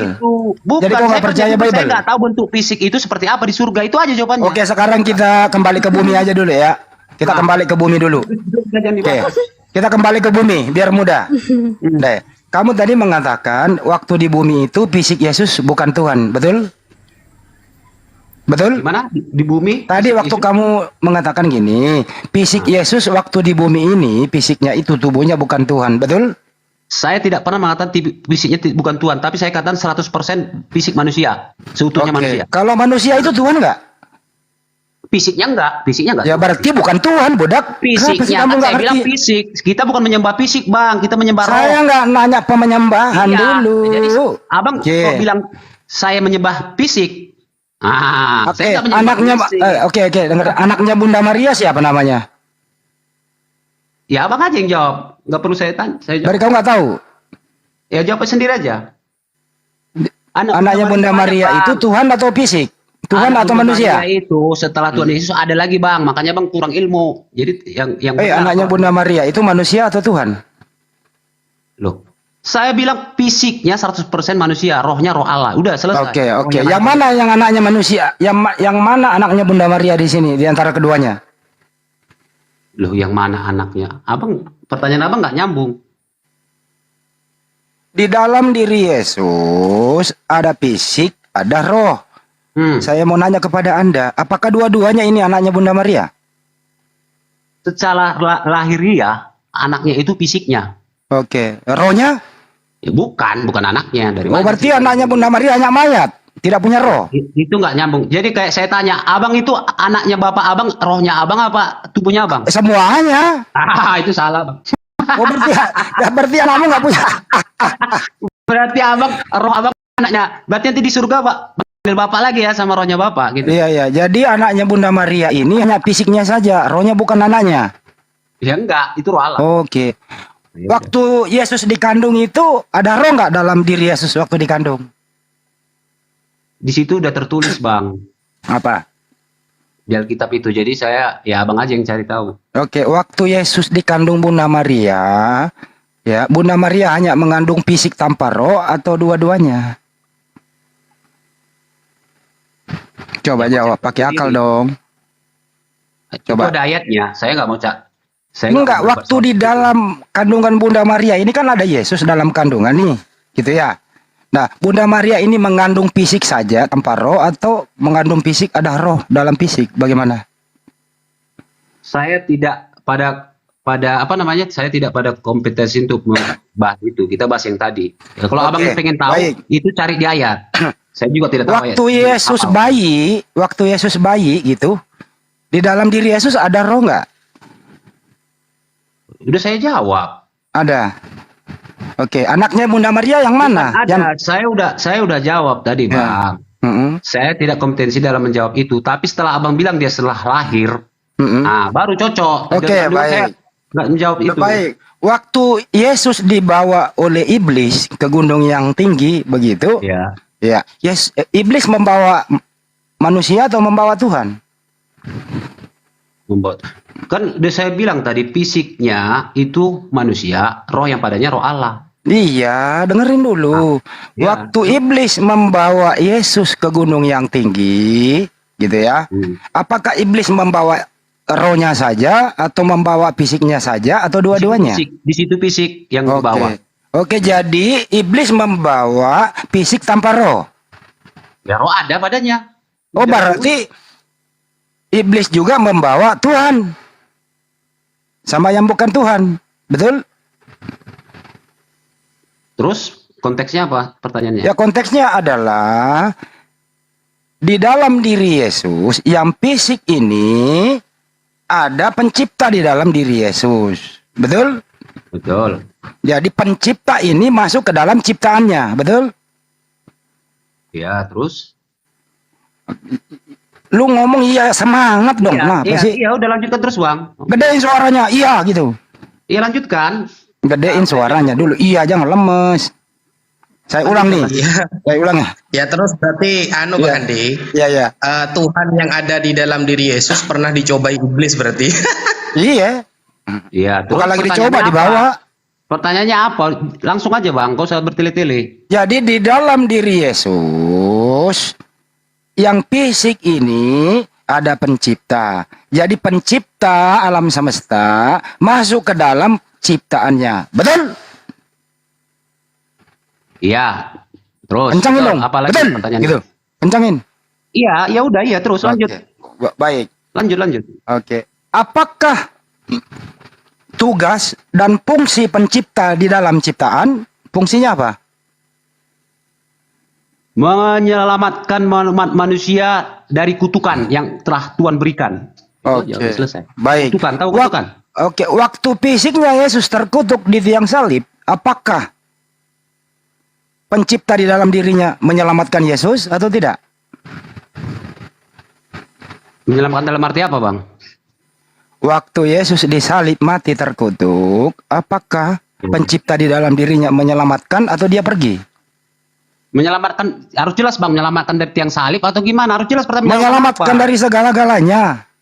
Ya kok enggak nyambung dari segalanya itu apa? Saya enggak ngerti. Oke, saya persempit. Jelas bertanya itu. Ya kan berbicara salib, masa menyelamatkan di pasar kalau ngomong salib? Menyelamatkan dari kayu salib supaya tidak disalib itu baru jelas. Tapi menyelamatkan apaan? Saya enggak ngerti. Waktu Yesus, nih dengerin, mati terkutuk di tiang salib, apakah pencipta di dalam diri Yesus ini menyelamatkan Yesus dari salib atau dia pergi? Tidak diselamatkan, tidak diturunkan atau tidak jadi disalib. Berarti membiarkan fisiknya terkutuk, betul? Mati. Betul, mati, betul. Kemana perginya? Apanya? Kemana perginya roh ini? Kenapa dia nggak menyelamatkan? Roh Tuhan itu di surga, Bang. Lo kan nggak ada dalam fisik tadinya. Ya, kemanusiaannya yang mati. Iya, fisiknya, rohnya di mana waktu dia mati? Ya, rohnya di alam semesta dimanapun ada roh Tuhan saat ini. Dia pergi jalan-jalan dulu. Nah, jadi begini. Saya tanya, abang percaya nggak Tuhan itu maha hadir? Enggak, dia nggak maha hadir, bro. Enggak. Wah, berarti salah. Berarti abang nggak ngimani Tuhan itu maha hadir. Maha hadir, tahu arti maha hadir? Oh ya, apa itu arti maha hadir apa? Maha hadir, dia bisa di mana saja dan tempat yang sama. Baik. Kalau begitu, apakah Tuhanmu pernah ada di neraka? Maha hadir. Maha hadir. Betul? Ya, kalau abang ada di neraka, dia yang menciptakan neraka. Berarti dia pernah Tuhan bukan neraka. Orang bertakwa. Kan katanya maha hadir. Begini aja. Iya. Dia kan maha hadir nih. Apakah Tuhanmu pernah hadir di Gelora Bung Karno nonton sepak bola? Itu pertanyaan abang udah kayak anak kecil. Katanya maha hadir. Oh, maha hadir. Abang nggak nyambung ya? Lo kan maha hadir loh, hadir loh. Saya aja bisa nonton sepak bola, masa Tuhanmu nggak nonton? Gimana?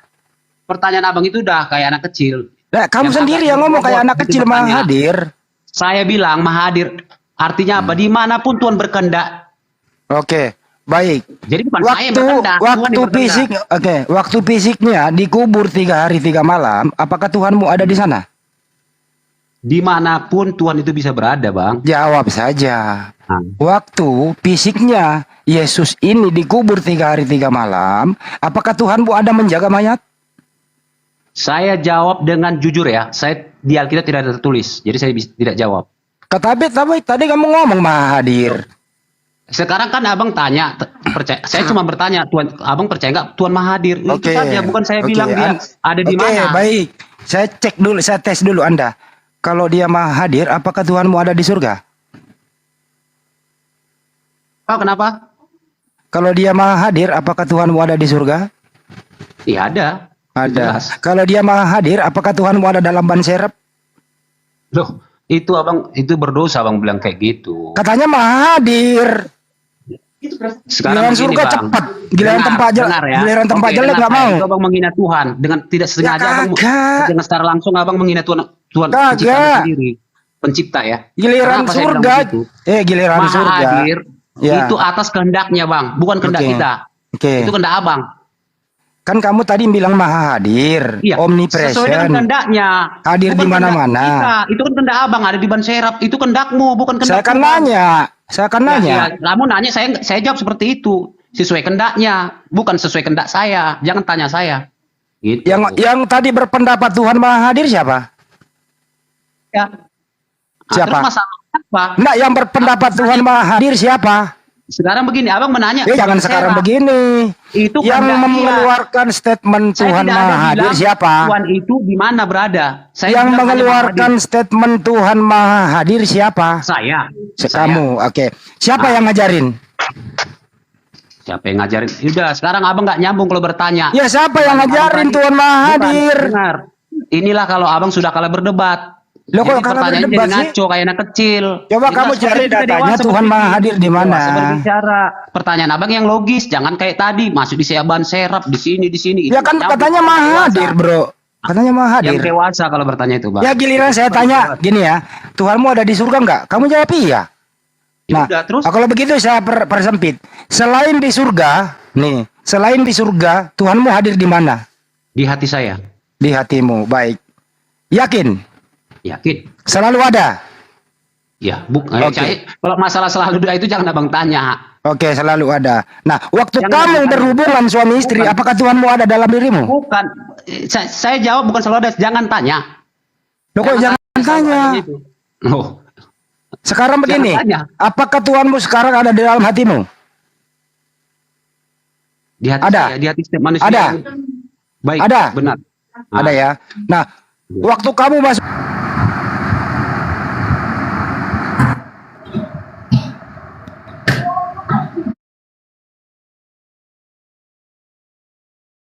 Seperti anak kecil. istri yang ngomong dewasa. mengklaim Tuhanmu ada dalam hatimu. Anda secara tidak langsung menghina pencipta. Enggak menghina, Kak. Justru kamu Menghina, memasukkan menghina, pencipta menghina. dalam dirimu. Anda Kamu yang menghina. menista, Bro. Kamu yang Bayangkan menista. saja ya, kalau pencipta masuk ke dalam dirimu, Anda menghina. kemanapun kau pergi, kau bawa-bawa pencipta itu. Kamu manjat pohon, kau bawa tuh pencipta. Kamu BAB, kau bawa tuh pencipta. Itu salah. Makanya, masa Saya- Tuhan masuk dalam dirimu? Gimana kau ini? Pertanyaan abang itu tidak dewasa.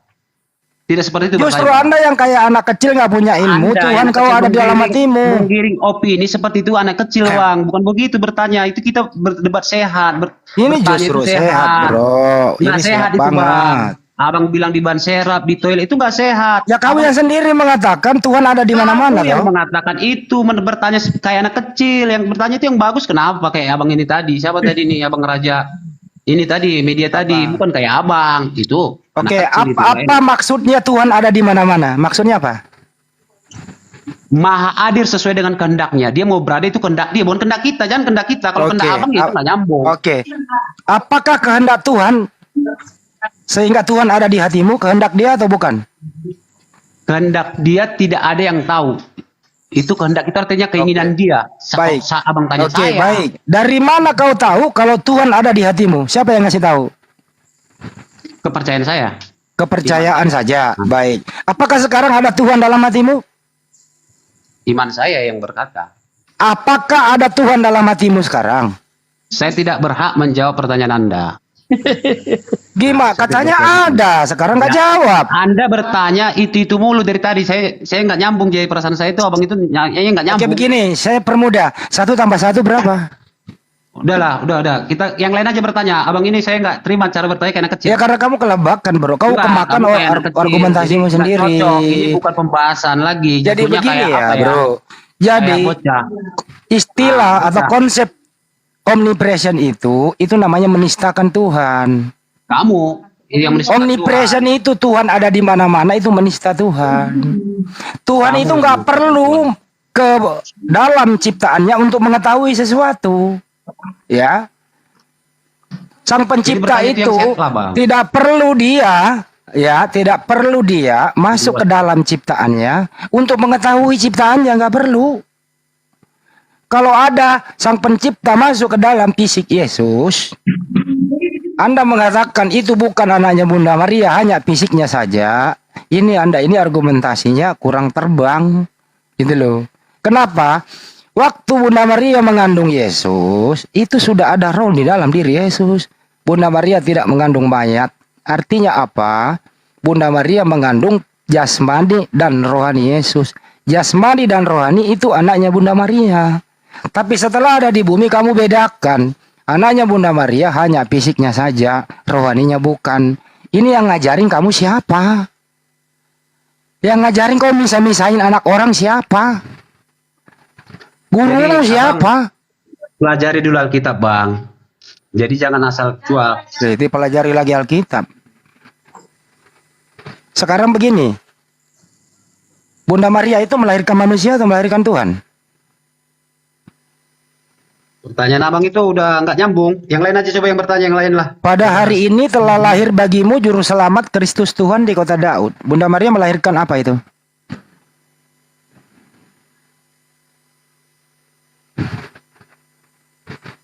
Sekolah lagi deh, lu panggil pendetamu aja masuk di sini deh. Ya udahlah, kau yang nanya aja deh. Pusing saya dengar lu bahasa Indonesia nggak jelas. Dia sendiri mengatakan Tuhan ada di mana-mana, arti mana-mana itu artinya di mana itu Saya tanya tempat. balik satu aja pertanyaan saya, Bang. Jangan abang bertanya terus. Tuhan abang di mana? Tuhan abang di mana? Allah Subhanahu wa taala ada di atas arsy-Nya. Gitu ya. Mana itu? Kenapa? Itu arsnya. Arsnya di mana posisi? Arsy-Nya itu ya di arsy-Nya. Gitu ya. Ars. Saya nggak ngerti ars itu apa. Ya itu ars, saya udah ngomong tadi. Nah, ars itu Apa ars itu? artinya kekuasaan, yang dimana Allah itu bertahta atas segala kekuasaannya, yang dimana segala kekuasaannya itu ada pada genggamannya. Jadi Allah tidak perlu hadir ke WC, tidak perlu ke kloset, tidak perlu ke neraka, tidak perlu kemana-mana. Allah mengampuni dosa umat manusia, tidak perlu Allah itu beranjak dari tempatnya. Jadi maksudnya begini, oke, oga kerja, oga capek gitu maksudnya. Buset, ini namanya nista lo, bro. Mana? Nah, kan Allah itu tidak seperti Jesus yang dimana Saya tidur bertanya, di kapal. Abang Jesus jawabnya nggak benar. kecapean. Loh, apakah harus Allah itu seperti Jesus yang kecapean lalu tidur di kapal? Masa iya ada Tuhan tidur keboboan di kapal? Kalau tidak dibanguni tidak bangun. Hah? Apakah mesti seperti itu? Jika lolah menjadi Kristen itu wajib bodoh sampai mati, maka inilah Anda hari ini. Oke, silakan yang lain lanjut. Kan sudah saya jawab, Bang. Tubuhnya seutuhnya manusia, roh yang ada padanya roh Allah. Jadi apa lagi? Oke, Ya tubuh itu gimana sih tubuh? Jadi Tubuh fisik kayak seperti kita jadi di tubuh. pencipta, Ada rasa lapar, ya. ada rasa ngantuk. Jadi pencipta, Ada rasa haus. ya udah. Jadi terakhir dari saya, jadi pencipta dengan ciptaannya menyatu ya. Betul ya.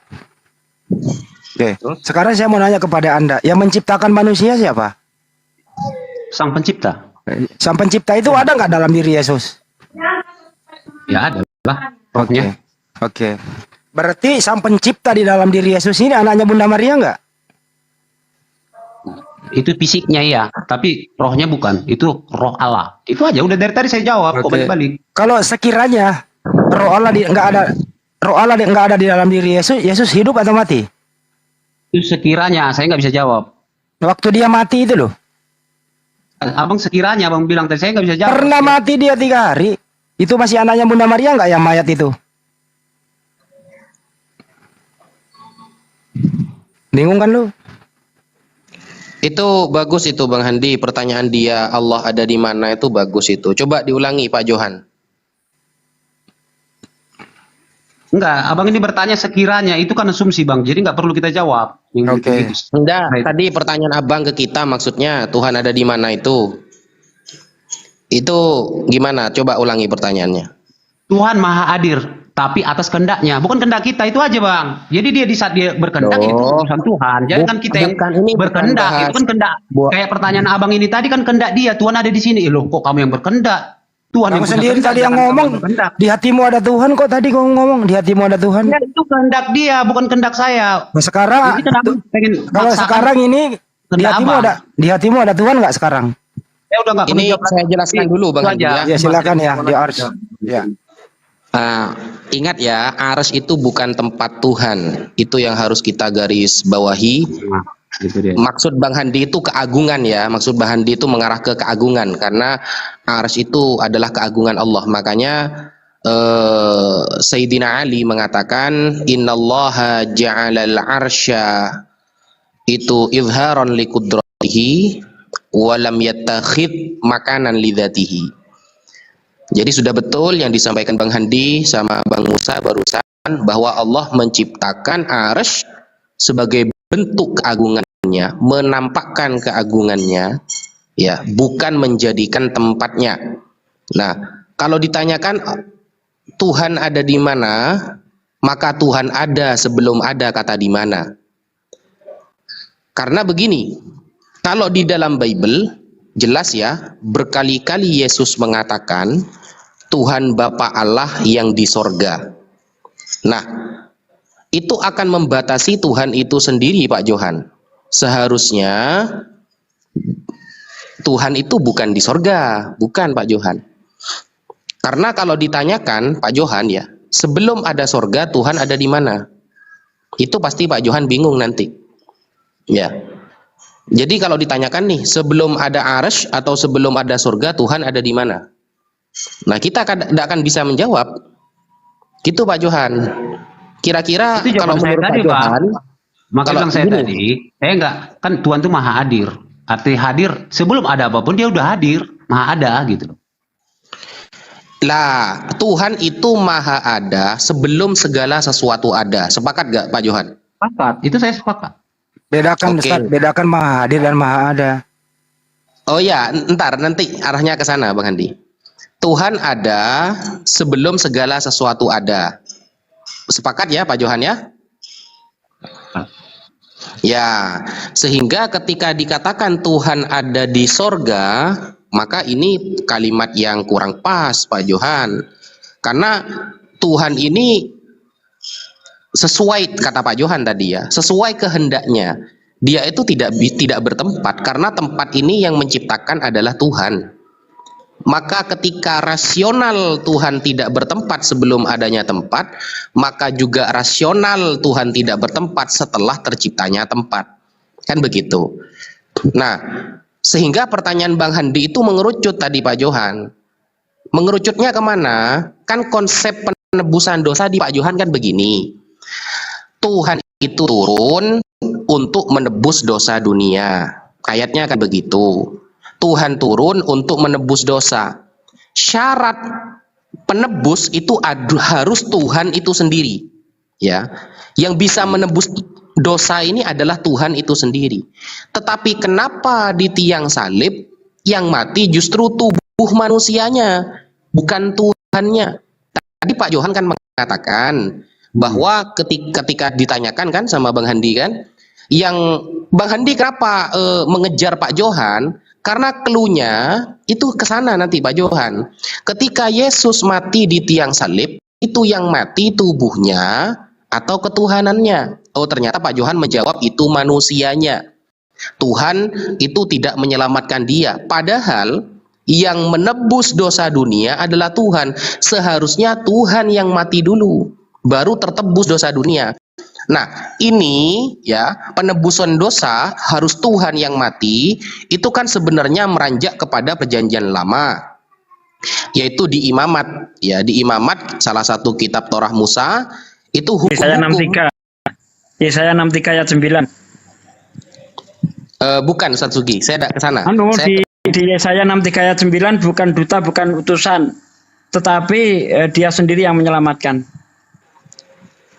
Nah, jadi di Imamat itu kan ada tuh keterangan apa namanya itu untuk penebusan dosa itu ya, ada cara-caranya lah. Dengan domba ya, ada dengan domba, dengan jantan, domba jantan atau lembu dan lain sebagainya, domba betina. Nah, kemudian Yesus datang sebagai anak domba, kan begitu. Nah, sesuai yang dikatakan Ustadz Sugi barusan, seharusnya yang mati itu Tuhan, bukan tubuhnya, begitu kan Ustadz Sugi? Ya. Jadi karena kalau dia mati sebagai manusia, dia mati sebagai hamba atau mati sebagai utusan. Itu enggak. Bentar, saya jawab enggak bisa. Ya. Saya jawab ya. Nggak bisa menebus dosa kan berarti kalau saya jawab. bisa. Saya jawab sedikit ya. Tuhan Nah, bisa mati gitu. nggak? Itu aja pertanyaan. Tuhan bisa mati nggak? Lu gimana sih? Konsep penebusan dosa Tuhan yang harus mati itu konsepnya Kristen. Jadi jangan atau Islam? paksakan pola pemikiran kita. Artinya begini, Tuhan itu tidak bisa mati, roh adanya, tapi Gua tubuh kena lagi fisiknya nih bisa. sama gua nih, kena lagi dia nih. Ah, itu jawabannya. Gini bro ya, konsep Kristen itu ya, Yesus mati menebus dosa. Artinya Yesus ini Tuhan, jadi Tuhan menebus dosa. Sedangkan yang mati adalah manusia. Artinya robah konsep kamu sekarang. Yang menebus dosa kamu adalah manusia, bukan Tuhan. Gitu dong. Jadi begini saya tambahin ya.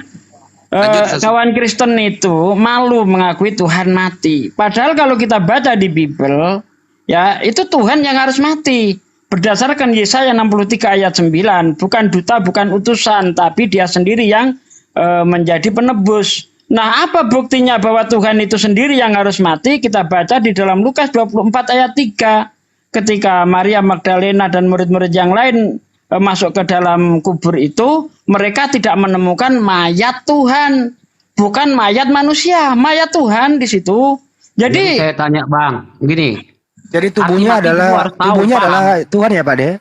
Bukan, arti mati itu harus paham dulu, jangan asal bilang mati, tapi kita nggak ngerti arti mati. Nah, itu aja. Arti mati apa?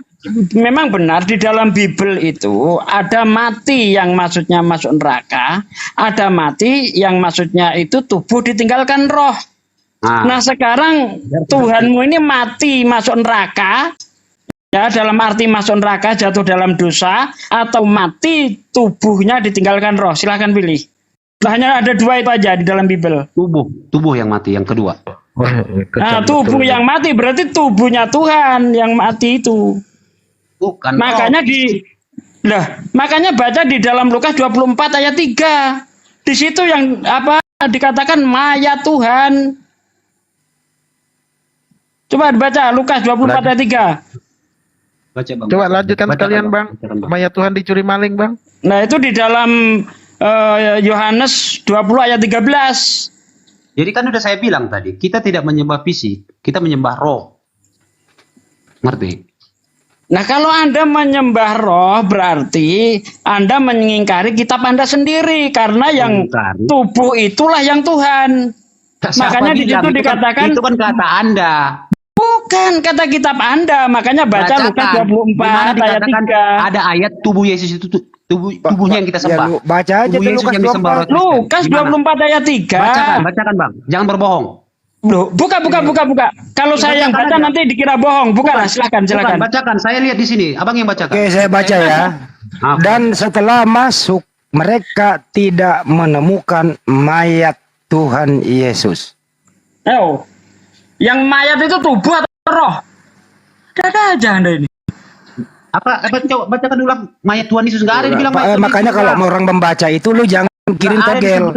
Dengar. Berapa? Apa Nah, sekarang kamu yang baca deh. Makanya tadi saya suruh kamu yang baca. Coba kamu baca. Ayatnya sebutkan. Iya. Silakan. Lukas 24 nomor Bang Andi, 3. dia ini bohong Bang Andi. Iya. Katanya silakan baca, saya lihat di sini. Nah, ini baru nanya dia, kan koplak ini. Nggak apa-apa, biarkan dia belajar. Lukas 24 nomor 3. Coba buka Lukas 24 nomor 3. 24 ayat 3. Katanya udah menyimak tadi, bro kau ini enggak, maksudnya yang bener aja kau ini. Yang tadi dibacakan ditambah-tambahin. Ditambah-tambahin apa?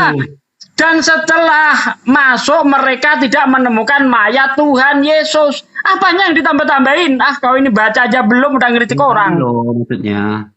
Apanya yang ditambah-tambahin yang mananya? Makanya kalau orang membaca, kamu jangan mikir yang aneh-aneh. Nah, terus? Nah itu, jadi berarti mayatnya adalah Tuhan. Bukan mayatnya Tuhan. Loh, tubuhnya. Kan dibilang tubuhnya, mayatnya Tuhan Yesus. Jadi masalahnya di mana? Yang mayat itu tubuh apa roh? Yang mayat itu tubuh atau roh? Tubuh itu memang mati, Bang. Tubuh itu kan mati. Iya, artinya tubuh itu Tuhan. Loh, kok tubuh itu Tuhan? Abang itu nggak nyambung. Tubuh itu fisik, kok Tuhan? Nah, beliau ini Bro Johan ini kebingungan sendiri beliau. Sini orang ini udah tertulis kok. Saya udah jelaskan tadi. Kami tidak menyembah tubuhnya mati, yaitu tubuhnya, bukan rohnya yang mati. Jelas. Rohnya tidak pernah mati. Roh abang juga tidak pernah mati, roh abang. Tubuhnya itu Tuhan atau manusia? Tubuhnya tidak Tuhan, rohnya yang Tuhan. Nah itu mayat Tuhan. Rohnya yang Tuhan. Itu mayat Tuhan. Loh. Itu ada bilang rohnya yang Tuhan. Jadi jangan paksakan saya untuk menyembah tubuh. Bang Sugi, ada itu. Memaksa. Lukas yang nyuruh Anda. Lukas yang nyuruh. Aduh. Bang Sugi, tolong bacakan saya enggak sempat juga ada yang di mana Yesus berkata, janganlah takut kepada manusia, takutlah kepada Dia yang sanggup membunuh jiwa dan roh. Itu. Jadi roh itu bisa mati, itu loh. Takutlah kepada Dia yang sanggup membunuh jiwa dan roh. Jadi baca dulu kitabnya baik-baik, baru ikut debat. Jadi, gitu, supaya tidak itu tadi. Balik ke tadi, arti mati tadi harus ngerti. Mati apa? Nah, kayak bilang tadi. Mati saya bacakan lagi kalau masih kurang puas. Bentar Bang, saya bacakan lagi kalau Tuhanmu mati. 1 Korintus 10 ayat 9. Dan janganlah kita mencobai Tuhan seperti yang dilakukan oleh beberapa orang dari mereka. Bentar. Oh nih, 1 Korintus 11:26. Sebab setiap kali kamu makan roti ini dan minum cawan ini, kamu memberitakan kematian Tuhan. Kematian apa? Tuhan. Kematian Tuhan sampai Ia datang. Tuhanmu mati. Kenapa Anda malu mengakuinya? Dan balik ke tadi lagi. Udah dijelaskan abang sendiri arti mati itu apa. Jadi abang harus mengerti arti mati dulu baru. Jangan ketampol. Nah kan Anda tadi mengatakan mati secara tubuh ditinggalkan roh. Anda kan jawab seperti itu. Berarti Tuhan Anda ini yang tubuh ditinggalkan rohnya. Selesai toh? Masalahnya? Loh, Anda menyangkal kalau Tuhan mati. Faktanya Tuhan mati di sini. Tuhan nggak pernah mati, tubuhnya yang mati. Oh, berarti ayat ini bohong ya? Loh, kok bohong ayat ini. Yang di 1 Korintus 11 ayat 26. Mayat. Wah, John, coba kamu ayat ini. John. Aduh. John, ya, kamu bro, baca. setuju bro. Berarti ayat ini bohong bro ya. Coba suruh baca Pak De. Suruh baca. Bro, kamu baca 1 Korintus 11. Coba 1 Korintus 11 ayat 26 coba dibaca. Baca dulu deh. Saya sudah dengar tadi. Saya baca aja dulu. Balik loh Bang. Kan udah saya jelaskan 100 kali tadi. Seutuhnya sebab setiap kali kamu makan roti ini dan minum cawan ini, kamu memberitakan kematian Tuhan. Apalagi coba? Yang diberitakan adalah Tuhan mati. Sekarang saya tanya, abang percaya Tuhan itu bentuknya roh adanya atau apa? Aduh. Jadi di situ ada disebutkan roh Tuhan mati. Tidak ada yang berdusta. Kami menyembah roh, bukan menyembah fisik. Yang di sini yang Tuhan bukan rohnya, tapi jasadnya. Makanya Tuhan mati. Jadi intinya di situ tidak disebutkan roh Tuhan mati. Itu aja selesai. Tapi Tuhan mati, Bang. Kalau namanya Tuhan mati berarti yang jasadnya itu roh. Maka benar yang dikatakan Aki Juma itu tadi, untuk itulah ya Yesus mati dan bangkit untuk menjadi Tuhan. Roma 14:9. Iya. Kecuali tadi Abang sebutkan ada ayat yang menyatakan roh Tuhan mati, baru saya percaya. Tapi kalau cuma Tuhan mati, ya Tuhan itu terdiri dari fisik. Yesus itu ada fisiknya, ada Fisiknya Tuhan nggak? Tuhan harus punya fisik ternyata. Syukur Anda sudah mengakui Tuhan Anda berfisik, makanya mati. Fisiknya Tuhan nggak? Saya udah jawab 1000 kali. Fisiknya 100% manusia, semuanya manusia. Udah. Mayat itu fisik ya? Ya iya dong. Oke. Terus kenapa mayat itu disebut Tuhan? Loh, siapa bilang mayat Tuhan? Kamu bertanya. Nah itu Lukas 2:43 tadi. Saya udah jelaskan dari tadi. Kami tidak menyembah ini fisik. orang lawan Bible sendiri, tadi nggak sadar dia melawan Bible. Yang ada pada Coba Yesus itu Pak. Coba ini baca Matius 10 ya, nomor 28. Di situ dikata ya, dan janganlah kamu takut kepada mereka yang dapat membunuh tubuh, tetapi yang tidak berkuasa membunuh jiwa. Takutlah terutama kepada Dia yang berkuasa membinasakan baik jiwa maupun tubuh dan sanggup mencampakkan ke dalam neraka.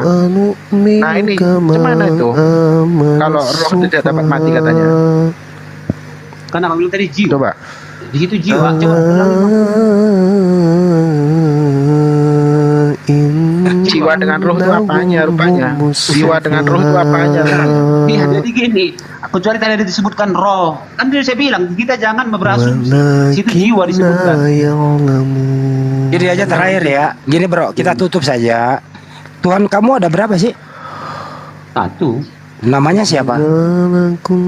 Sang Pencipta. Itu bukan nama. Nama Tuhanmu siapa? Sang Pencipta. Saya udah jawab. Sang Pencipta itu nama atau bukan?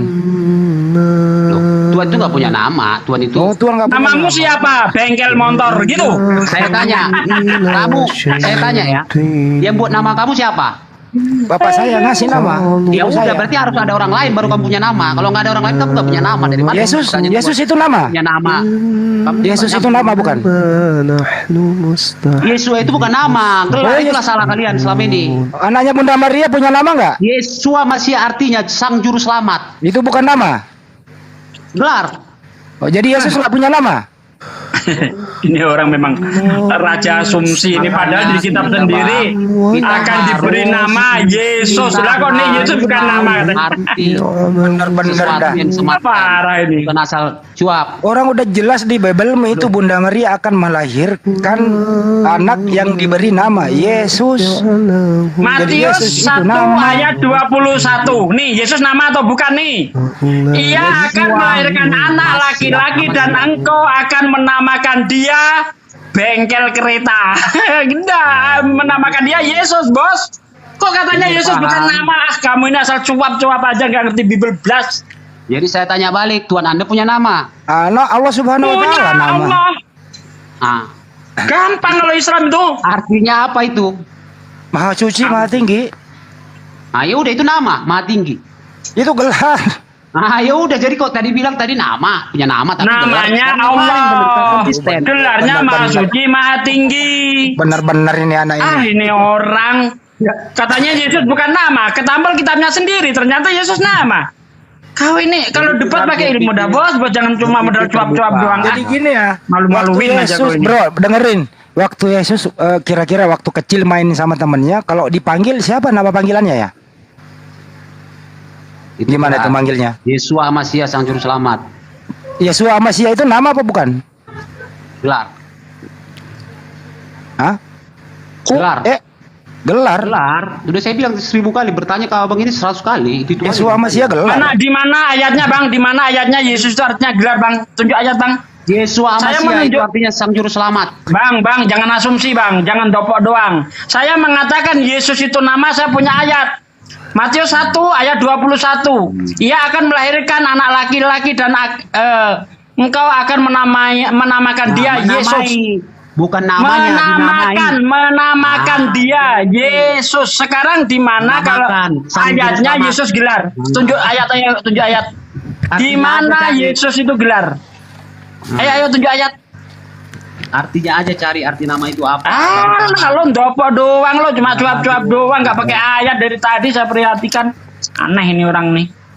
Kok aneh? Saya sudah jawab dengan tapi abang tidak mengerti arti Yesus. Bang Juma lagi terhibur. Yesua Amasya. Bismillahirrahmanirrahim. Dengan wa idza qila lahum aminu, dan apabila dikatakan kepada mereka berimanlah kamu, kama amanan nas, sebagaimana orang yang telah beriman. Qalu, mereka kemudian berkata, anu minu, apakah kami akan beriman, kama, sebagaimana amanas sufaha, orang-orang yang kurang akal itu beriman. Ala innahum humus sufaha, ingatlah sesungguhnya mereka itu adalah orang-orang yang tidak berakal, orang-orang yang kurang sehat akal. Walakin la ya'lamun, tetapi mereka tidak tahu. Wa idza qila lahum aminu kama amanan nasu qalu anu'minu kama amanas sufaha. Masya Allah. Ala innahum humus sufaha walakin la ya'lamun. Dan apabila dikatakan kepada mereka berimanlah kamu sebagaimana orang lain telah beriman, mereka menjawab, apakah kami akan beriman seperti orang-orang yang kurang akal itu beriman? Ingatlah, sesungguhnya mereka itu adalah orang-orang yang kurang akal, tetapi mereka tidak tahu. Nah, inilah yang diterangkan dan inilah yang kita buktikan sekarang. Ya, betapa susahnya gitu ya. Susah gitu, susah menyatakan sampah kepada lalat. Susah. Sampah itu busuk, sampah itu bau, mereka tetap tidak percaya. Nah, inilah dia. Wa idza laqul ladina amanu qalu amanna wa idza khalau ila syayatinihim qalu inna ma'akum innama nahnu mustahzi'un. Dan apabila mereka berjumpa dengan orang yang beriman, mereka berkata kami telah beriman. Tetapi apabila mereka kembali kepada setan-setan, mereka akan berkata sesungguhnya kami bersama kamu, kami hanya mengolok-olok mereka. Inilah yang kita rasakan sekarang. Lalu Allah mengatakan apa? Allahu yastahzi'u bihim wa yamudduhum fi tughyanihim ya'mahun. Allah akan memperolok-olokkan mereka dan Allah akan membiarkan mereka terombang-ambing dalam kesesatan. Inilah yang kita lihat dan kita saksikan barusan. Demikian sahabat-sahabat, mereka dikatakan oleh Allah, ulaikal ladzina ishtarawud dalalah bil huda wa ma rabihat tijaratuhum wa ma kanu muhtadin. Mereka itulah yang membeli kesesatan dengan petunjuk, maka perdagangan mereka itu tidak beruntung dan mereka tidak akan mendapatkan petunjuk. Ini Al-Quran sudah menjelaskan 1400 tahun silam keadaan orang-orang yang seperti tadi. Makanya tugas kita memang berat. Para apologet ini tugasnya berat. Bagaimana bisa menyadarkan, menyehatkan orang-orang yang tidak waras, orang-orang yang kurang akal. Mereka mengatakan yang mati itu manusia, yang dibangkitkan itu Tuhan. Mana tubuh Yesus? Katanya mati. Mana dia sekarang? Bangkit. Apakah tubuhnya Yesus yang manusia yang ciptaan itu mati? Ya. Apakah dibangkitkan? Ya. Apakah yang bangkit itu tubuh manusianya? Ya. Berarti tubuh manusianya itu adalah Tuhan? Bukan. Ini yang dikatakan oleh Allah. Allahu yastahzi'u bihim wa yamudduhum fi tughyanihim ya'mahun. Allah akan memperolok-olokkan mereka dan membiarkan mereka terombang-ambing dalam kesesatan. Ini yang dijelaskan Al-Quran ini. Ini yang dijelaskan Al-Quran. Masya Allah. Kita nggak mungkin kemudian bisa menerima keadaan mereka dengan seperti itu kalau bukan Al-Quran kita yang memberikan nutrisi kepada otak umat Islam bahwa memang keadaan mereka itu seperti itu. Keadaan mereka yang seperti itu. Ulaikal ladzina ishtarawud dalalata bil huda. Mereka itulah yang memberi kesesatan dengan petunjuk yang ada. Mereka menggantikan petunjuk itu, memilih kesesatan yang ada. Petunjuk sudah jelas, tapi mereka mengambil kesesatan. Fama rabihat tijaratuhum wa ma kanu muhtadin. Maka perdagangan mereka itulah tidak beruntung dan mereka tidak mendapatkan petunjuk. Sedangkan insya-Allah sahabat-sahabat sekalian, Al-Quran menjelaskan legitimasi jelas kepada kita orang-orang Islam ini. Allah mengatakan dalam Al-Quran, ulaika ala hudam min rabbihim wa ulaika humul muflihun. Mereka lah yang mendapat petunjuk dari Tuhannya dan mereka itulah orang-orang yang beruntung. Siapa mereka ini? Walladzina yu'minuna bima unzila ilaika wa ma unzila min qablik wa bil akhirati hum yuqinun. Yaitu mereka yang beriman kepada Al-Quranul Karim yang diturunkan kepada baginda Rasulullah Muhammad sallallahu alaihi wasallam dan juga beriman kepada kitab-kitab para nabi dan rasul dan juga mereka yakin akan adanya hari pembalasan. Inilah kita umat Islam, alladzina yu'minuna bil ghaib wa yuqimunas shalah wa mimma razaqnahum yunfikun, yang senantiasa mendirikan salat. Subhanallah teman-teman, ada 2 jam 3 jam kita dialog diskusi dengan beberapa teman dari Kristen. Ya inilah poinnya. Netizen bahwa pasti bisa menilai betapa Islam itu selalu berada pada koridor akal, selalu akal. Maka keberadaan Quran dibawa oleh Rasulullah, diterangkan oleh Allah agar kita itu selalu berfikir. Wala'allahum yatafakkarun. Al-Quran mengajak kita berfikir, bukan mematikan akal seperti tadi. Saya kira begitu dari saya, sahabat-sahabat yang ada di Zulkifli M. Abbas. Terima kasih atas keberadaan antum semuanya.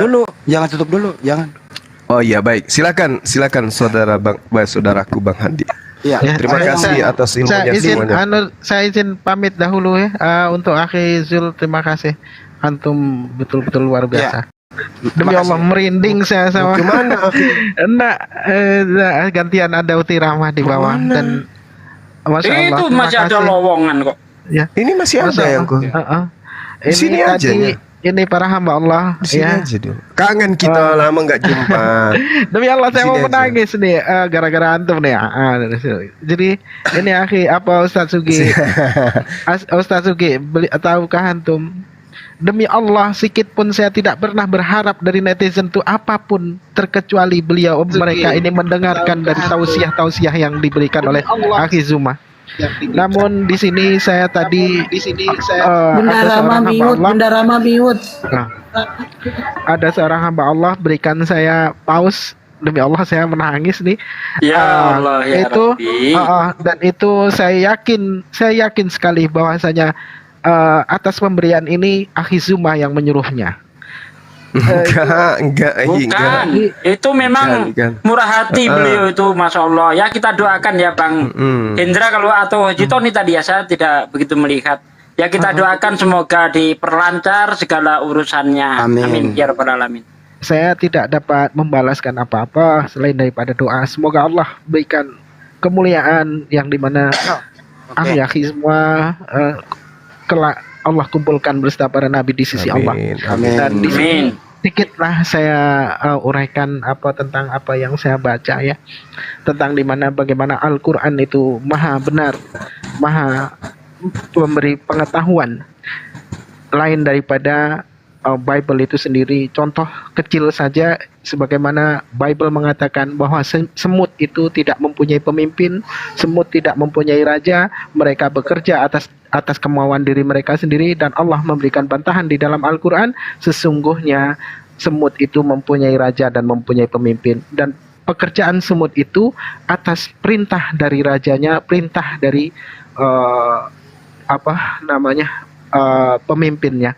Itu kalau tidak salah saya tertulis di An-Nahl, dan ada 2 ayat saya baca, dan di dalam Bible itu saya baca ada di Amsal 8 nomor 6 kalau tidak salah saya. Jadi di situ saja sudah ketahuan bahwasanya firman Tuhan itu tidak mungkin bohong.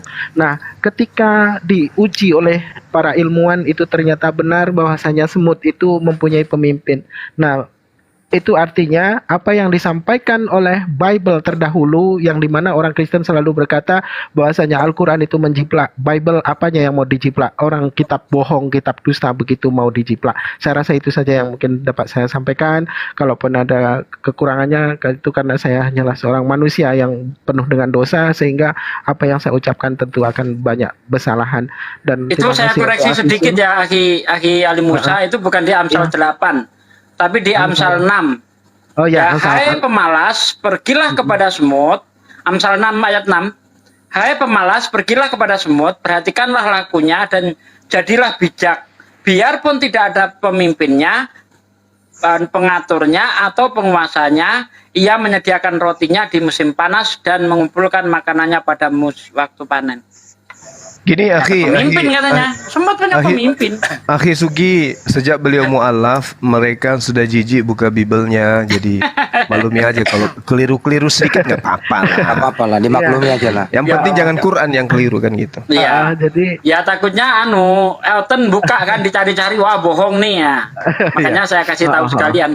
Mu'alaf memang gitu, jarang lagi mereka itu lihat kitab. Terima kasih sekali ya untuk para hamba Allah. Terima kasih Akhi Zuma, demi Allah. Iya, saya mencintai antum lebih dari mencintai nyawa saya sendiri, dan Akhi Sugi pun demikian, dan para hamba Allah begitu yang juga lain. kami di sini Akhi, makanya jangan selalu menjauh entah kemana-mana perginya. Iya. Santai aja. Orang ngumpul di barisan. Makassar dia nggak mau datang. Satu lagi sahabat kita siapa namanya? Siapa namanya Dewa. yang bukan Dewa. Oh, itu orang baru. Dewa itu anak kemarin tadi pagi. Siapa lagi? Akhi Muhammad Maksum. Makmun. Masya Allah, ada nggak yang bisa komunikasi dengan beliau? Masih bisa, saya masih sering komunikasi dengan beliau. Coba nanti sekali-sekali diajak ke sini, Akhi. HP-nya nggak kuat, HP-nya masih yang dulu, nggak kuat. Nanti saya beliin HP baru.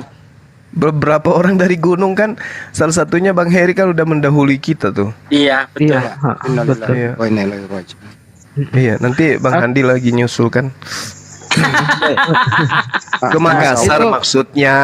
Gak apa-apa, Masya Allah. Akhir tahun kan rencana dia mau pindah ke sini. Daripada kelamaan di dunia ini, kebukotnya mending cepet gua ke surga deh. Sekedar diinfokan Bang Handi itu kalau di Makassar kusuruh fitness nanti dia. Saya kalau disebut meninggal itu aku seneng loh. Kenapa? Yaudah biar Dunia Adil, ini biar apa ya? aku aja nanti yang nyusul, gak apa-apa. udah. Tapi saya mau selipkan dulu informasi buat kepada teman-teman semua yang mendengarkan live Bang Handi ini mau ke Makassar, bahwa program pengadaan air bersih Masjid Nur Maulida di Bolangi Kabupaten Goa, Makassar, Sulawesi Selatan masih terus kita buka.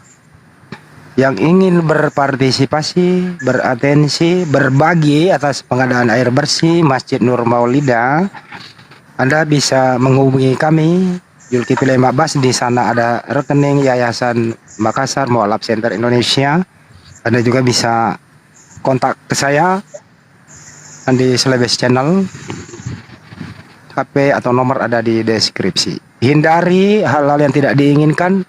Jangan ada transaksi di luar daripada rekening Makassar Mu'alaf Center Indonesia. Artinya sampai detik ini masih dibuka. Terima kasih Akhi. Wassalamualaikum warahmatullahi wabarakatuh. Waalaikumsalam warahmatullahi wabarakatuh. Gimana mau kirim donasinya Bang Handi? Itu kan ada di apanya Bang Juma, di YouTube Bang Juma, Yayasan TCC. Sana cek YouTube Bang Juma. Nonton Zulkifli Ma'bas, di sana di deskripsinya. Nonton juga channel saya, di situ HP saya. Tinggal di WA saya kasih rekening MMCI. Kira-kira begitu. Oke. Saya sapa dulu. Hormati ibumu. Selamat siang. Selamat siang. Assalamualaikum. Waalaikumsalam. Waalaikumsalam warahmatullahi wabarakatuh. Salam Ya. kenal. Saya dari Aceh. Dari Aceh. Masya Allah, saudaraku dari Aceh ternyata. Iya, dari Aceh. Jadi saya udah hampir tiap hari, kadang malam. Jadi menonton Bang Zuma ya. Saya fans sama Bang Zuma. Kadang-kadang Coba dibesarin layar saya. Ini nomor rekeningnya MMCI. Malang kali hidupku ya. Aku yang punya Nah, ini nih. yang Ini ngefans bisa ke di Bang screenshot Zuma. ya kawan-kawan. Banknya Bank BTN. Itu di screenshot. Silakan di screenshot. Atas nama Makassar Mualaf Center Indonesia, Bank BTN. Enggak, nanti Nomornya dia itu. ketik ini keluar kok namanya Bang Handi. Iya. Oke. Saya hitung Udah ya, sampai udah 5, screenshot selesai ya. ya. 1, Aku juga ngefans, terima kasih. 2, 3, Udah. 4, 5. Selesai. Di screenshot dulu. Di screenshot baru catat gitu. Oke. Itu kalau kalian udah screenshot, kalian langsung lapor aja ke sini, jangan WA aku. Gak apa-apa. Upload forward ke saya Bunda Esti, gak apa-apa. Saya standby dulu, waktunya ada panggilan. Semuanya jadi kecil, kalau ada panggilannya semuanya kecil. Nah, ya. Panggilan kemana ini Ustaz Sugi? Allahu Akbar, Allahu Akbar. Hanya Allah yang besar kalau udah kayak gitu. Dunia mah kecil, ya. Tuh. Oke, saya standby dulu. Silakan. Oke. Jadi teman-teman yang agama Kristen yang mau diskusi silakan naik. Teman-teman yang WA saya sudah saya sampaikan semua WA-nya ke Bang Andi dan ke Bang Juma ya. Jadi amanah kalian sudah saya sampaikan ya. Oke. Sudah saya apa? Oke. Sudah saya apa Bang Andi? Oh, pasti dikonfirmasi lah admin Bang Juma nanti. Atau ke WA saya, kirim aja ke buktinya ke saya. Nomor aku ada di deskripsi video. Adi Selebes nomornya terkenal kok di mana-mana. Bahkan ke Rudi Yohanes sudah sebar saya. Banyak sekali mengancam saya gitu lah ya. Nomor aku disebar-sebar. Katanya saya mengancam dia. Kata parah ini orang ini. Ada orang Dayak lagi mengatakan, "Saya orang Dayak. Kenapa kau mengancam Rudi Yohanes?" Saya bilang kalau dia tidak merasa bersalah jangan terancam. Kamu orang Dayak, saya orang Bugis. Mari kita berteman. Bagaimana? Setuju? Setuju dia berteman sama aku. Gitu. Iya. Bagus lah. Tadinya marah, jadi berteman Pak Nyuma. Oke lah, ayolah naik ten yuk teman-teman. Yang ya hormati ibumu, apa yang mau disampaikan? Ayo ngomong. Hormati ibumu, apa yang mau disampaikan? Hormati ibumu, sayangi bapakmu. Ya sebenarnya apa yang mau di ngomong. Jadi karena kita udah fan-nya sama Bang Zuma ya ikut aja. Terima kasih Bang. Iya. Jadi setiap hari dan malam kalau ada waktu saya buka di TikTok, saya lihat Bang Zuma. Jadi Bang Zuma ini adalah membuat orang adem. Jadi berbicaranya memang sangat-sangat saya senangkan. Jadi sesuai dengan apa aliran yang kita anut sehari-hari, ya. Iya, aliran apa tuh? Iya, agama Islam lah kita ya. Oh gitu. Sunnah wal jamaah ya. Jadi senang, sangat senang karena saya dari orang Aceh, saya bangga. Tolong Bang, saran saya tolong dipertahankan itu ya. Saya kadang-kadang saya share ke kawan-kawan ini Bang Zuma saya Apa share. yang dipertahankan Bang? Nonton ini di Aceh. Ya, saya Apa sering. yang dipertahankan Bang? Yang mau dipertahankan apa? Ya agama Islam yang kuat. Oh. Iya, Kirain. katanya dengerin Bang Zuma adem, dia dengerin aku apa panas apa. Makanya yang punya room aku ya kan. Di sini ada bunda yang punya room, ada Belum tahu dia kalau aku ngomongnya kan. Adem kali, iya betul. Mungkin karena saya punya Bang Zuma Sampai setiap hari malam kadang saya hamil 7 bulan bisa keguguran langsung deh. Makasih Bang cuma pujiannya. DM alamat ya Bang, nanti ku kirim kos kaki tepuk sebelah kanan. Allahu Akbar. Apalagi ngaji-ngaji seperti tadi, waduh, saya minta naik, mau dengar-dengar aja. Ya kalau mau dengar di bawah aja lah Bang. Iya. Kan enak kan kalau hostku ngomong kan, hostku bagus sekali. Nggak apa-apa kalau diturunkan, nggak apa-apa, saya Ya pas aja. Allah. Iko dong. Aku tahu gak, aku terkenal harus paling galak tahu nggak? Iya, nggak apa-apa. Paling dingin tapi Bun. Host kita kalau ngomong kayak iya betul Mi Aceh level 21 katanya. Karetnya 2 pedas. Udah, nggak jadilah bang, ku kirim kos kakinya bang, beli sendiri lah bang. Saya tetap tenang, sabar ya. Allah. Oke, selamat siang Ferry Ferdiansa. Tolong Bang Zuma berilah pemahaman udah dulu Bang. Yang dibawa tappingnya yang bagus untuk ke depan apa Iya betul. Betul. Teman-teman yang dibawa tappingnya agar dijaga gitu ya. Oke, selamat siang Ferry Ferdiansa. Jaringan teman kita ini atau kenapa ya? Iya. Oke, nggak dijawabnya aku Ferry Ferdiansa. Selamat siang Ade Mods. Assalamualaikum. Assalamualaikum. Pakai deh.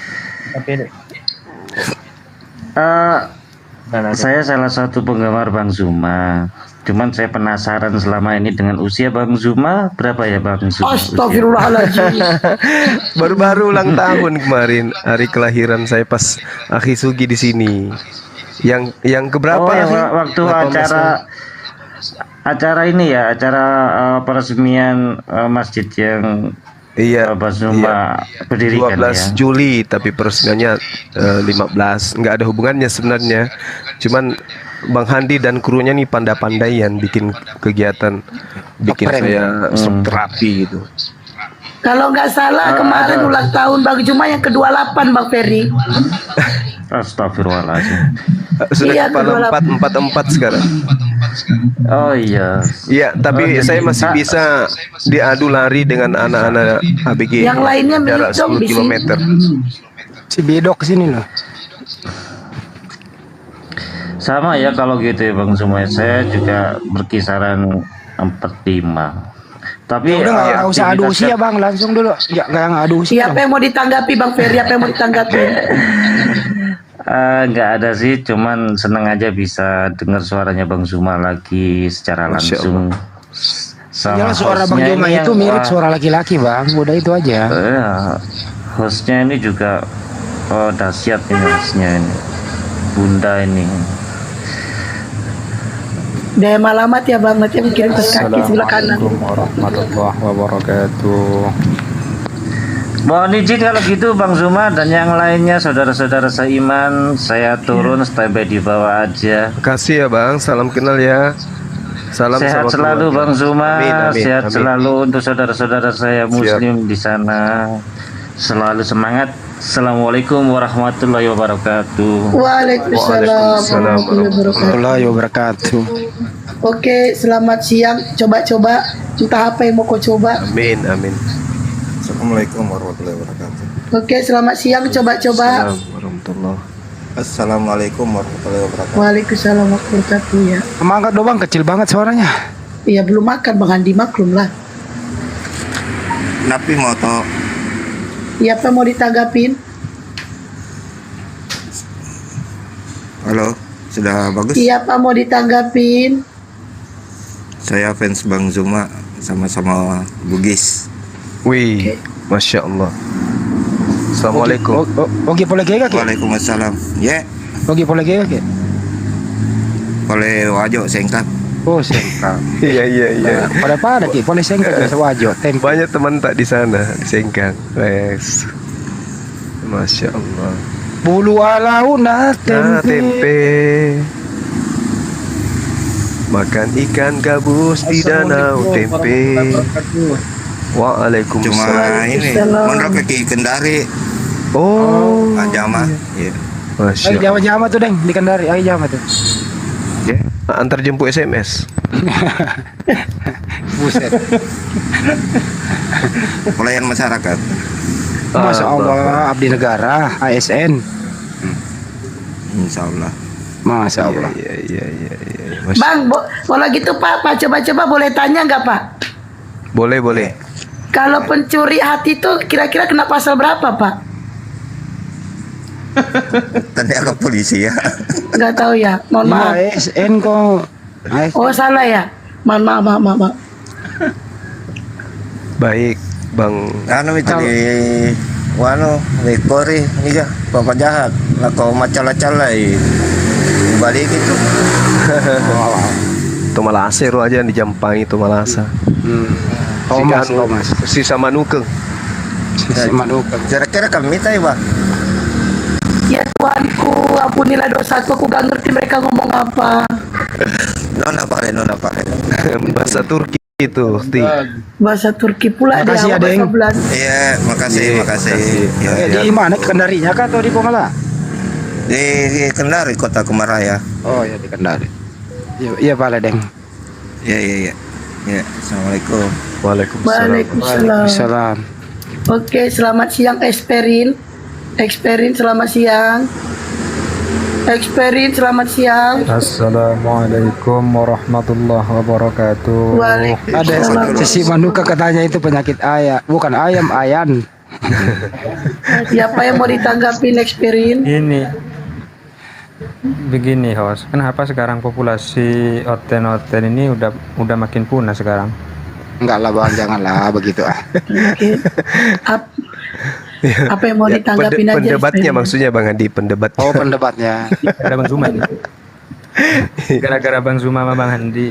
Iya, sekarang kayak spesies kayak kiamat gitu udah jarang naik ke room kayak gini. Udah, masih ada loh. Masih ada. Wah, dia ketinggalan berita dia berarti. Ini kok kayak suaranya Dinda Neplos ya? Beda ya? Bukan. Ada sih miripnya. Oke, belajar taat, selamat siang. Ya, assalamualaikum. Waalaikumsalam. Apa yang mau ditanggapi? Waalaikumsalam. Saya mau tanggapi nih sekali-sekali Bang Handi atau Bang Zuma naik ke roomnya Mika. Nah itu, waduh Mika. Nggak bisa, kita nggak bisa dinaikkan. Saya nggak mau dia naikkan. Aku dulu Bang Cuma udah pernah naik, baru 5 menit langsung di kick.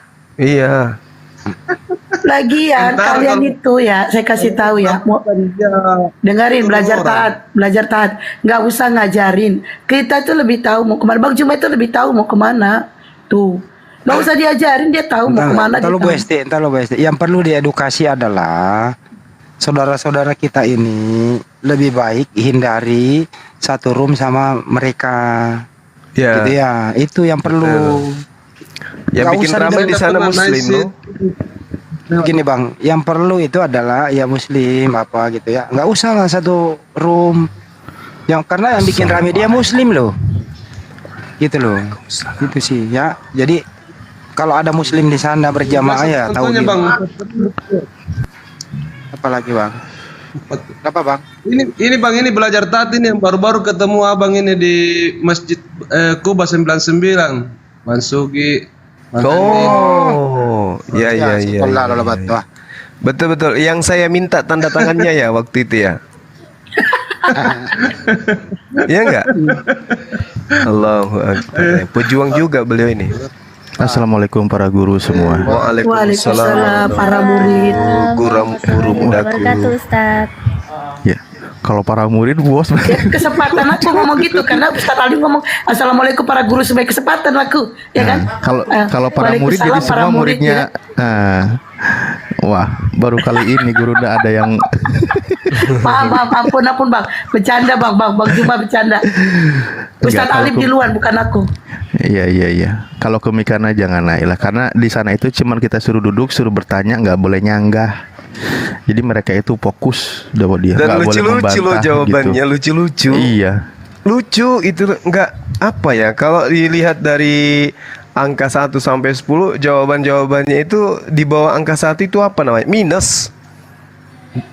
Betul-betul kasian kali lah aku rasa nggak ada ilmu, tapi kayak mana itu kalau modal ngomong aja, modal ngomong, mau benar mau salah EGP yang penting ngomong. Itulah dia. Tapi fansnya merasa dia pintar loh Bang. Bagus lah. Pintar ngibul. Pintar apaan? Makassar nih Bang, Makassar.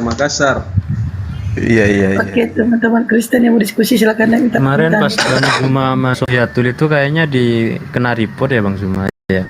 Betul. Pas diganti nama Ustaz Habis Adif. itu diblokir sama mereka.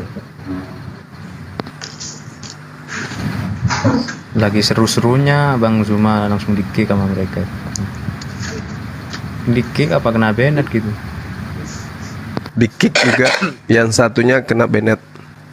Terima kasih kepada Bapak Andi Abdullah yang telah berpartisipasi. Semoga sehat selalu, dimudahkan segala urusan. Iya betul. Terima kasih kepada teman-teman yang sudah ikut berpartisipasi. Iya, insya Allah nanti. Pak Andi Abdullah ini orang Makassar loh, Bang Juma. Ya dong, berapat dong ke Bolangi. Abdullah. Iya. Itu yang baru saya kirim ke Bang Juma tadi. Oh siap. Oke, teman-teman agama Kristen yang mau diskusi silakan naik minta permintaan. Mungkin di bawah ada yang konten. Waalaikumsalam. Waalaikumsalam warahmatullahi wabarakatuh. Atas waktunya. Ya udah ya. Assalamualaikum warahmatullahi wabarakatuh. Waalaikumsalam. Ini kalian kenapa sih di typing di bawah host perbesar apa Natali? Natali itu istri orang udah. Perbesar. Oh, istri orang mau ngapain kalian tengok-tengok mukanya. Nggak apa-apa, berbesar aja, nggak apa-apa. Maksudnya banyak yang ngantuk di bawah. Gimana sih? Istri orang itu berbesar aja biar kita statement. Iya, karena kalau host nggak suruh dibesarin lagi, emang udah. Janganlah, kalau host orang pada lari semua nanti. Aduh, makasih ketawanya Bang. Bun. Oke, selamat siang Sani Ngep.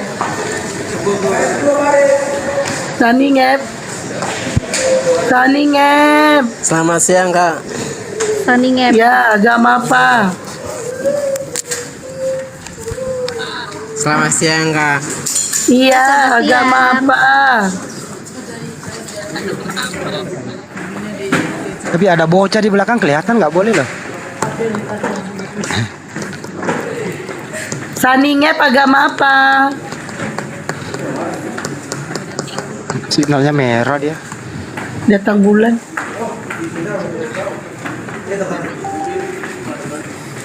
Sani Ngep agama apa? Ya Allah. Bro Sani krungu ora? Kayak nangken ya ora krungu sampean piye to. Sani Ngep agama apa? Ya udahlah. KMC, assalamualaikum. Bang Julius. Waalaikumsalam Bang Andi. Nah, ini ada Bang. Nanti malam kita Assalamualaikum warahmatullahi wabarakatuh. Sahabat-sahabat sekalian yang saya cintai dan yang saya sayangi selalu, para netizen yang ada di channel Zulkifli M. Abbas, terima kasih atas kebersamaannya ya. Dari pagi kita udah kumpul di sini sampai sekarang udah pukul 1:30 di Kota Makassar. Ini kita mau bergerak ke gunung ya, sahabat-sahabat, sehingga konten kita untuk kali ini kita tutup. Insya Allah nanti malam ya atau sore, insya Allah kalau ada kesempatan kita jumpa kembali ketika ada oten yang ingin diterapi lagi kayak tadi ya, sahabat-sahabat. Saya ucapkan terima kasih kepada yang sudah berpartisipasi di dalam menyediakan wadah ya, air bersih untuk masjid kita yang kemarin kurang memadai. Insya Allah dengan adanya keikutsertaan netizen itu akan menjadi saksi di hadapan Allah sebagai amal jariah antum semua kepada pembangunan masjid kita dan kesempurnaan daripada apa yang menjadi seharusnya fasilitas masjid. Apalagi masjid netizen ini masjid besar ya, memang membutuhkan debit air yang besar yang banyak, sehingga dengan adanya bantuan dari netizen insya Allah bisa kita kabulkan ya keadaan yang baik. Dan dengan adanya suplai air yang besar, insya Allah masjid kita akan semakin makmur. Dengan makmurnya Masjid Nur Maulida, maka amal jariah antum semua para netizen akan mengalir terus selamanya.